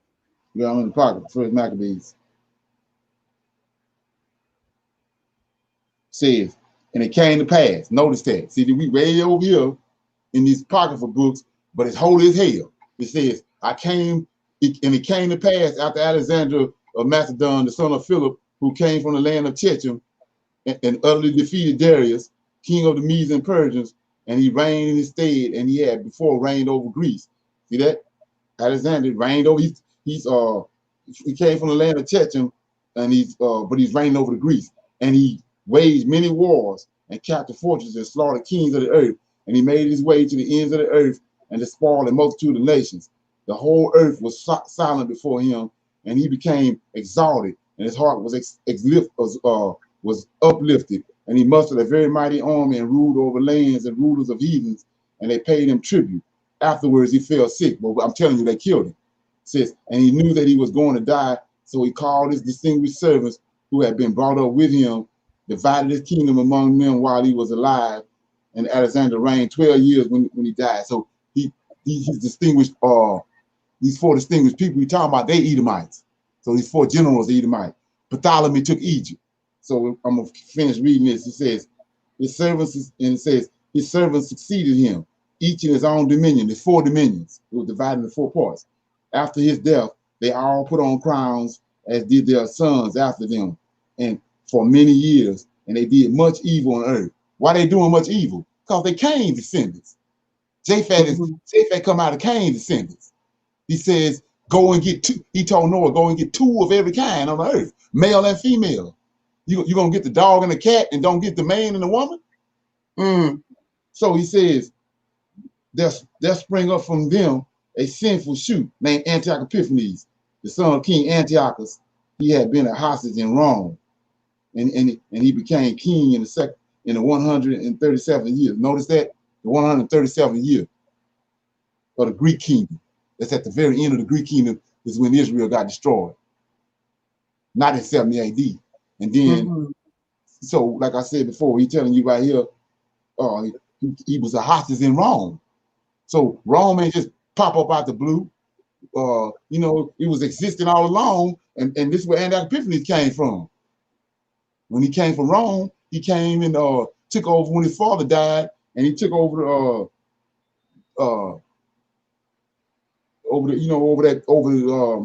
Ptolemy's kingdom. Like I said, he ended up in Jerusalem. He's the one. He the Antichrist. He the one destroyed the temple. And the Israelites made a 7-year treaty with him. Let me read that. Say, let us go and make a treaty. See that? It's big as day, but because we don't know what's going on, we reading over this. So he let us make a treaty with the heathen around about us. Ever since the time that we became separated from them, many misfortunes have overtaken us. So you say, what are you talking about? You just plucking this out. Say, the plan. What plan? It's the treaty, the 7 years. The plan seemed good in their eyes, and some of the people went eagerly to the king, and he authorized them to introduce practices of the heathen. And they built a gymnasium in Jerusalem. See, they don't tell you this. See, they don't mention no gymnasium when Jesus came, because Israelites ain't building no gymnasium. There's Edomites there. The whole land is full of Edomites, and they pattern themselves off of the Greeks. I mean, yeah, they built a gymnasium, and the temple they built that's there when the time when so-called Jesus came is to Zeus. So he says in the heathen fashion and submitted to uncircumcision. See that? So Most High tell us if you uncircumcised, then you born into destruction. So he says, and disown the holy agreement. That the holy agreement is the circumcision. They disown the holy agreement. They allied themselves with the heathen and became slaves to wrongdoing. Now here we go, right here. And when his rule, when his rule appeared to Antiochus to be established, once he established himself with the Israelites and conquered Jerusalem, he conceived an idea of becoming king of the land of Egypt. I just showed you. That's where they concocted Septuagint, right? So that he might reign over 2 kingdoms. So he entered into Egypt with a strong force, right? He'd have made the 7-year treaty with the Israelites already, and with chariots and elephants and cavalry and a great fleet, and he made war on Ptolemy, right? King of Egypt. This is the king of the south. Daniel chapter 11. You can't be looking for no king of the south now. He talking about back then. He ain't talking to us. So he says, and Ptolemy, and turned and fled before him. Many fell wounded, and they captured the walled cities in the land of Egypt, and he plundered the land of Egypt. Now watch this. He became the king in 137, right? He made a treaty in 137. So after subduing Egypt in the 143rd year, Antiochus turned back and came up against Israel and entered Jerusalem with a strong force. In his arrogance, he went into the sanctuary. See this? This is what the Antichrist is supposed to do. You can read it on your own. But So he came back in the midst of the week. He came back in the midst of the week and destroyed Jerusalem right here. So the temple you dealing with in Herod's temple, ain't no menorah in there. Ain't nothing holy about the temple Herod built. No Edomite can't build no temple to Yahweh. And so this is what this I'm showing you how major what this guy just did when he said that the Edomites was destroyed. And then he told you that Israel that all this stuff happened over there during the time of the Babylonian captivity, when it's a lie. It happened during the time of the Greeks, at the end of the Greek kingdom. Let me read that. Then we got about 14 minutes. Let me read that.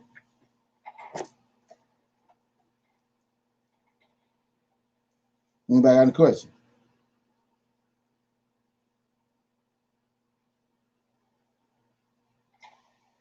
Daniel, like I said before, when you understand what's going on, Daniel he's in Babylon in captivity. He's prophesying to the Israelites there in Babylon about what's getting ready to happen. He ain't talking about nothing, about no 500 years later, no son coming, hidden in the bosom and all that. He ain't talking about that. He's talking about what's going to happen to them. So let's look at it. I'm going to start with Daniel 9:25, give you an example.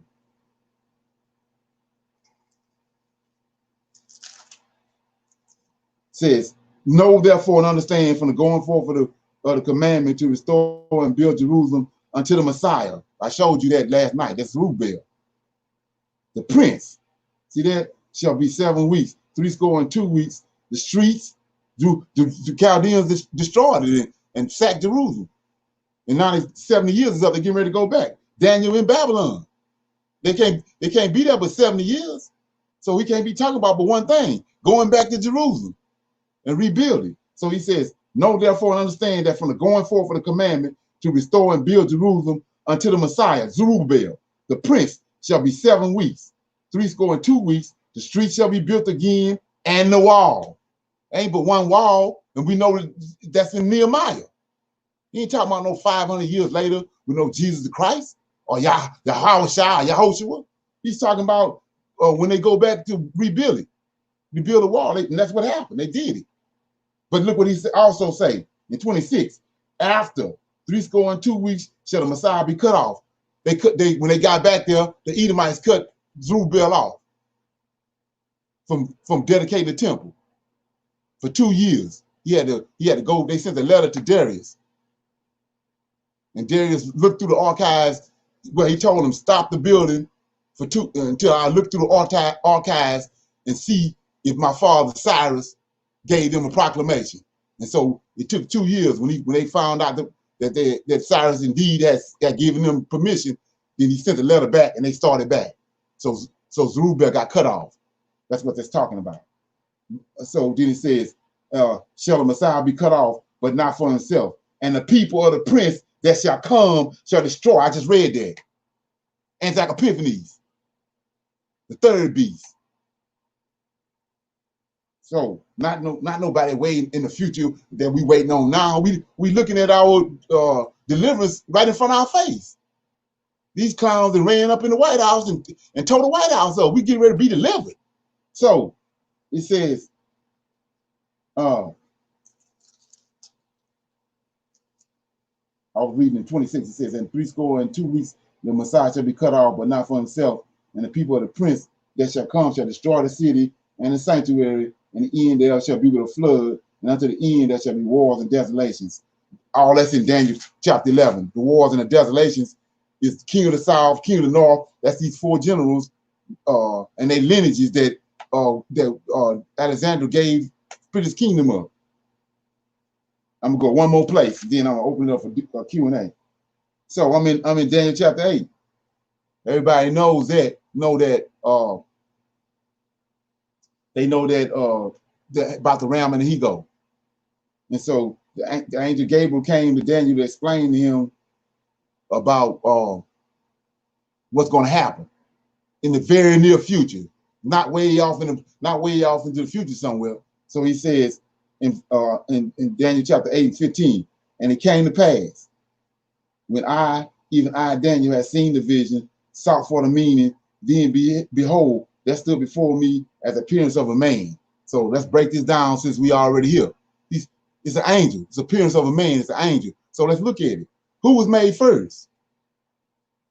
These angels was made first. He's showing up to Daniel. He appeared to Daniel as a man. So we made in their image. They ain't made in our image. We made their image. So what you say? Why are you telling me this? Genesis 1:26. Let us go down and make man in our image. Who is that? Enoch tells us he formed 7 men. He formed 7 men, 7 angels in the very beginning. 7 archangels from fire, from himself. That's who came down. That's who came down at the Tower of Babel. So let me keep going. And I heard a man's voice between the banks of the Uliah, which called and said unto Gabriel, make this man to understand the vision. So he came near where I stood, and when he came, I was afraid, and I fell upon my face. But he said unto me, understand, the Son of Man, for the time of the end shall be the vision. What end? Israel as a nation. Right? He wasn't in during the time of Nebuchadnezzar. It was when the Greeks came. 18. Now as he was speaking with me, I was in a deep sleep on my face toward the ground, but he touched me, set me upright, and he said, behold, I will make thee know what shall be in the last end of indignation, for the time appointed the end shall be. The ram which thou sawest having 2 horns are the kings of the Medes and Persians. The rough goat is the king of Grecia. The great horn that is between thine eyes is the first king. That's Alexandria. I just read that in Maccabees. Now, that being broken, whereas 4 stood up for it, 4 kingdoms shall stand up out of the nation, but not in his own power.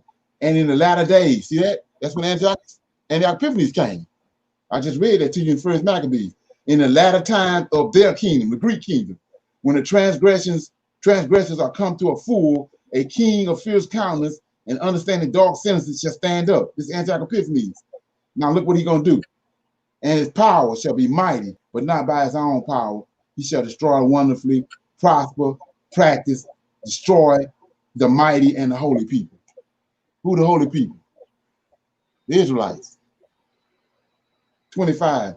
Through his policies also he shall cause crafts to prosper in his hand, and he shall magnify himself in his heart, and by peace he shall destroy many. He shall also stand up against the princes, but he shall be broken without hand. So, with that being said, I'm gonna ask anybody that want to answer it. Who the Prince of Prince? The Prince of Michael. Right. Is Yahweh a prince? No. No. Okay. So we see right there how they hoodwinked us. Yeah, the prince is the person that destroyed him is Lord of Hosts, Michael, the Redeemer. Not Yahweh. Yahweh ain't no prince. Okay. The Creator ain't no prince. Right. But we reading all over there because, like I was saying before, when the Israelites needed understanding, when Daniel went before Nebuchadnezzar, and Nebuchadnezzar had a dream, Daniel went and got the understanding from an angel. He ain't go to the Vatican. He ain't go to the seminary. He with these angels. Right. So what's our predicament? Heaven been cut off from us. Yes. Yeah. We ain't dealing with no angels. They've been cut off. Those 7 been cut off. So that's why. But we getting all this wicked ass understanding from these folks here. They don't know nothing. Right. And that's why we get thrown off. But the point is here. It's here. Hallelujah. Coming back, and they're dealing with Israelites again. And they uncovered because these people did a butcher job on our records. You got to have rank to somebody to show you how to break it down. Right. Okay. Come on. So open it up for somebody want to, anybody got any comments before we go? Shalom, shalom. What is the danger? What is the danger of a people not knowing their Lord? Well, that's one of the things I want to touch on. I'm glad you asked that question. So when you go to Jeremiah, right quick, I'm gonna show you this because you got, like I said, there's nothing new under the sun. Go to Jeremiah right quick. I'm in chapter 1. So it says, Israel is sin, right? And they have the sin got to be judged. Mm-hmm. So it says, verse chapter 1, verse 4. Then the word of the Lord came unto me, saying, Before I formed thee in the belly, I knew thee. Before thou comest forth out of the womb, I sanctified thee, and I ordained thee a prophet unto the nations. Then said I, O Lord God, behold, I cannot speak, for I am a child. So he asked the question. He told him, I'm sending you to the nations. Is he talking about the nations today? No. Right. He ain't talking about the nations today. He's talking about all the nations that Nebuchadnezzar went up against and conquered, and including Jerusalem. So then he said, we're going to keep going. 12. Then said the Lord unto me, thou hast well seen, for I will hasten my word to perform it. And the word of the Lord came unto me the second time, saying, what seest thou? And I said, I see a seething pot, and the face thereof is toward the north. Now look at this. This is the point. I'm answering the question. Then the Lord said unto me, out of the north, and evil shall break forth upon all the inhabitants of the land. Now look at this. 15. For lo, I will call. Look at this. It's the Lord of hosts. He's Michael. He's over mankind. He's over all the hosts of heaven, and he's over the earth. Mm-hmm. That's the most high, strong one, right? So, and he gave Israel to him. That's why he keeps saying I inherited. So 15. For lo, I will call all the families of the kingdoms of the north, saith the Lord, and they shall come. They shall set everyone his throne at the entering of the gate of Jerusalem. See that? So he brought all the nations and sat down right there in front of Jerusalem. Why? Because it's a wicked ass Israelites in the land, and he want to get rid of them. So what did he do? He sent the righteous ones out. He sent the righteous ones out, and for their good, but he judged the wicked ones in the land. Well, and it's some righteous Israelites and good Israelites here in America. Yes. Yes. Time for us to go. So he gonna bring what he did right here. Ain't nothing new in the sun. He coming here. What he gonna do? He gonna send the righteous ones out. Yes. Hallelujah. Okay. So you ask the question. If you sitting there, the whole reason why we started getting punished is because we dealing with other gods. Yes. Idols. Idols. So now we in these last days. Now we in these last days. He told us in the latter days, seek him, go in the Tanakh and find him. That means that whatever you was dealing with before that, it wasn't none of them. So now it's being told to you. So when the Most High come, you got a problem if you dealing with something else. He's a jealous God. He's a jealous God. So let me shine a little light on something else. I'm in Isaiah right quick, because like I said, once this information is laid out, then the scriptures come alive. I'm in Isaiah 66. This for all the average readers, that been reading over this. It says, so you can only have two figs: a wicked fig, wicked ass Israelite, or righteous Israelite. Most I got a problem with the wicked Israelite. So he says, 66:1. Thus says the Lord, the heavens is my throne, and the earth is my footstool. Where is the house that ye have built unto me? And where is the place of my rest? For all those things have my hand made, and all those things have been, said the Lord. But to this man will I look, even to him that is of a poor and a contrite spirit, and trembleth at my word. See that? That's what he's coming for. The righteous is like he respect the Most High word, and he react to the Most High word. He says, "He that killeth an ox is as if he slew a man. He that sacrifices a lamb as if he cut off a dog's neck. He that offers an oblation as if he offered swine's blood. He that burneth incense as if he blessed an idol. Yea, they have chosen their own ways, and their soul delighteth in their abominations." So when you're dealing with the idol, it's an abomination. So he says, also will I chose their delusions, and I will bring their fears upon them, because see this, I will bring their fears upon them, because when I called, none did answer. When I spake, they did not hear, but they did evil before mine eyes, and chose that which I delighted not. See that? You got a problem with idols. 5. Hear ye the word of the Lord. Now here we go, and this is the last verse. Hear ye the word of the Lord, ye that tremble at my word. Everybody don't tremble at his word. See that? Your brethren that hated you, that cast you out for my name's sake. When he did that in Obadiah, that's what this class about. He says the Lord, be glorified, so let the glory be glorified, but he shall appear to your joy, and they shall be ashamed. So that's the predicament you're gonna be when you come back in the Lord, and you're dealing with an idol. You got an idol posted up in your head. Most High going off. Exactly. Right. And so when we don't know our God, then we don't hear right. We don't. Right. You know what I'm saying? Right. We don't know when the word of the Lord is talking about us. Right. Well, if somebody call you, they don't call you by your name, you gonna answer? That's right. You didn't answer. So yeah. So let me get this right here. Yeah. Yahweh that's actual factual, brother. So it's an order in place. The Most High, you got the Most High, Lord of hosts, and then you got man, and man is Lord over this woman. That's the order. So we in the curses. We don't know his name. He hid himself. He hid his face from us. So you're gonna be forever falling backwards in the dark if you falling with Yahweh. We don't know his name.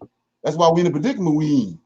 Because I know if I knew his name, then I'd call him off the top, and he gonna come, because you call him, he gonna come. So he caused these Edomites to hide his name and hide who he was until time of the end comes, till the time of our deliverance. He hid his name from us. Let me read that. So these angels speaking Hebrew, right?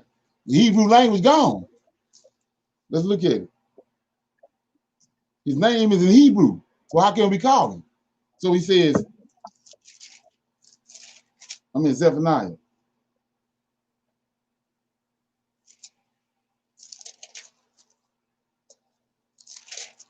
Zephaniah chapter 3, verse 9. For then will I turn to thee, to the people, a pure language, and they may all call upon my name, name of the Lord, to serve him with one consent. So he took the language. It's in 143 BC. When Antioch Epiphanes came and we was driven out, the remnant went to the west coast of Africa. He took the Hebrew from us. He took that up and went up with it. So ain't no way we gonna call him. We don't know what his name is. When he come back, just like he took the language, he gonna return it. Okay? Any comments? Okay. Shalom, shalom. I'm just trying to understand. Okay, so it says, why do you call the Creator Yahweh?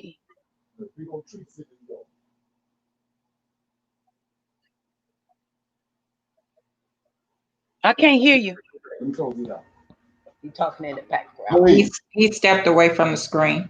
Go ahead. What you say? Oh, okay. I just wanted to understand. I wanted to understand what you just said. You said that we know that the Lord of hosts is Michael, right? Right. Hello? The Lord of hosts is Michael. Listening. And so what are we saying? What are we saying about Yahweh, the Most High? No, the brother asked a question. The brother got a question on the screen. Let me get it. Yeah, I was trying to understand the question. Let me put it back up. I don't see it. The question was, why am I calling Yahweh Lord of hosts? Oh, here you go. Right here. No, see that? Okay. And I'm when you say Lord of hosts, you're you're not. The language been taken away, so we don't know what his name is. That's we using Yahweh as a reference. We don't know what his name is. So in order to teach, I'm going with Yahweh because that's the creator. Then we got a Lord of hosts. Then you got man, and then man is Lord over woman. So the man is Lord over the woman. Angels is Lord over man. That's why they call them lords. They angels, but we call them lords. Then Yahweh is Lord over the angels. That's the order of things. But you got to give some kind of structure to it. But we don't know his name. Ain't no way in hell we know his name. That's why we in the predicament we in. He hid his face from us, and he said in the latter days he's gonna turn back to us. How you gonna do that? Zephaniah tells you he's gonna bring the language back, and then we're gonna be able to call him. We're gonna know his name. Because that's how Israel was able to get out all the predicaments they was in, because they knew him. They hadn't been through all this trickery and buffoonery that we done been through. They knew that even though they was sinning against him, they knew his name. They knew who he was, and they would call him. So when his indignation, like Daniel said, let's look at it, because they got that twisted up. Go to Daniel.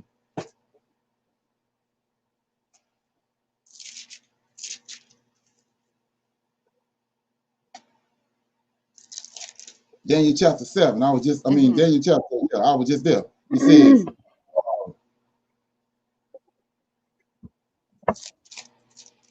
8. Daniel chapter 8. So it says, Gabriel came to Daniel, and I'm in verse 17. So he came near where I stood, and when he came, I was afraid. I fell upon my face, but he said unto me, understand, son of man, for at the time of the end shall be the vision, right? Now, as I was speaking with me, I was in a deep sleep on my face toward the ground, but he touched me and set me upright. And he said, behold, I will make thee know what shall be in the last end of indignation. See that? So what's the last end of indignation? He keep on sending them away like you do your child, spanking them, but spankings ain't doing no good. So his indignation is at a full right here. And Daniel telling you, the Israelite kingdom finna be done away with. And so when he done away with it, Zephaniah tell you he took the language with him. So there ain't no way you can call him. Ain't no way you know his name.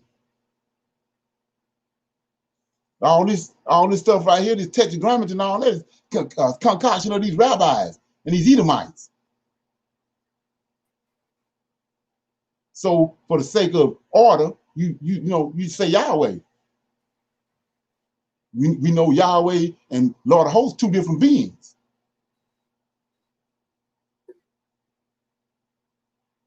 That's Isaiah 44:6. He tell you that he the king and his redeemer, the Lord of hosts, is the Savior. And so how you find out who that is? Daniel chapter 12 tells you out the point. Once you get to the understanding, he tells you point blank. Chapter 12, verse 1. And at that time, this is at the end of time, at that time shall Michael stand up, the great prince, not just the prince, the great prince, the same one that killed, the one that destroyed Antioch Epiphanes. At that time shall Michael stand up, the great prince, which standeth for the children of thy people, and there shall be a time of trouble, such as never was since they were a nation, even at that same time, and at that time thy people shall be delivered. So if he deliver and deliverer, the same thing. So if he the one doing the delivering, he the deliverer. If he the deliverer, he the redeemer. Come on now. Isaiah 44:6 tell you that. Come on. This who was hid. This who was hid in the scriptures. And they took him out. This who was standing on the altar when Cain walked up there. What? Not Yahweh. This who came in the cool of the day. Talk to Adam, not Yahweh. This who walked with Noah. All right. So they took him out the scriptures. So the Lord our God is one. Who is that? He's right here. All right. Hallelujah. The Savior, the Lord our God. We ain't talking about Yahweh. Yahweh in this. He got this strong one doing all this bidding for him. Yes, he has a commander. Yes. Hello, Israel is one. Come on. Wake up, Israel. Yes. Wake Come up. on now. Come on now. You know, just, you got to get it right. It's Gotta hammer get it time. right. It's hammer time. Come on now. Okay? Yeah. All right. So, we're going to, anybody got any more questions? We're going to shut down after, if you do. All right. That's what I'm talking about. Close it out like that. Yes. Wake up, Israel. Bring that power. Okay. So, we're going to go out with this line. Yes. Hallelujah.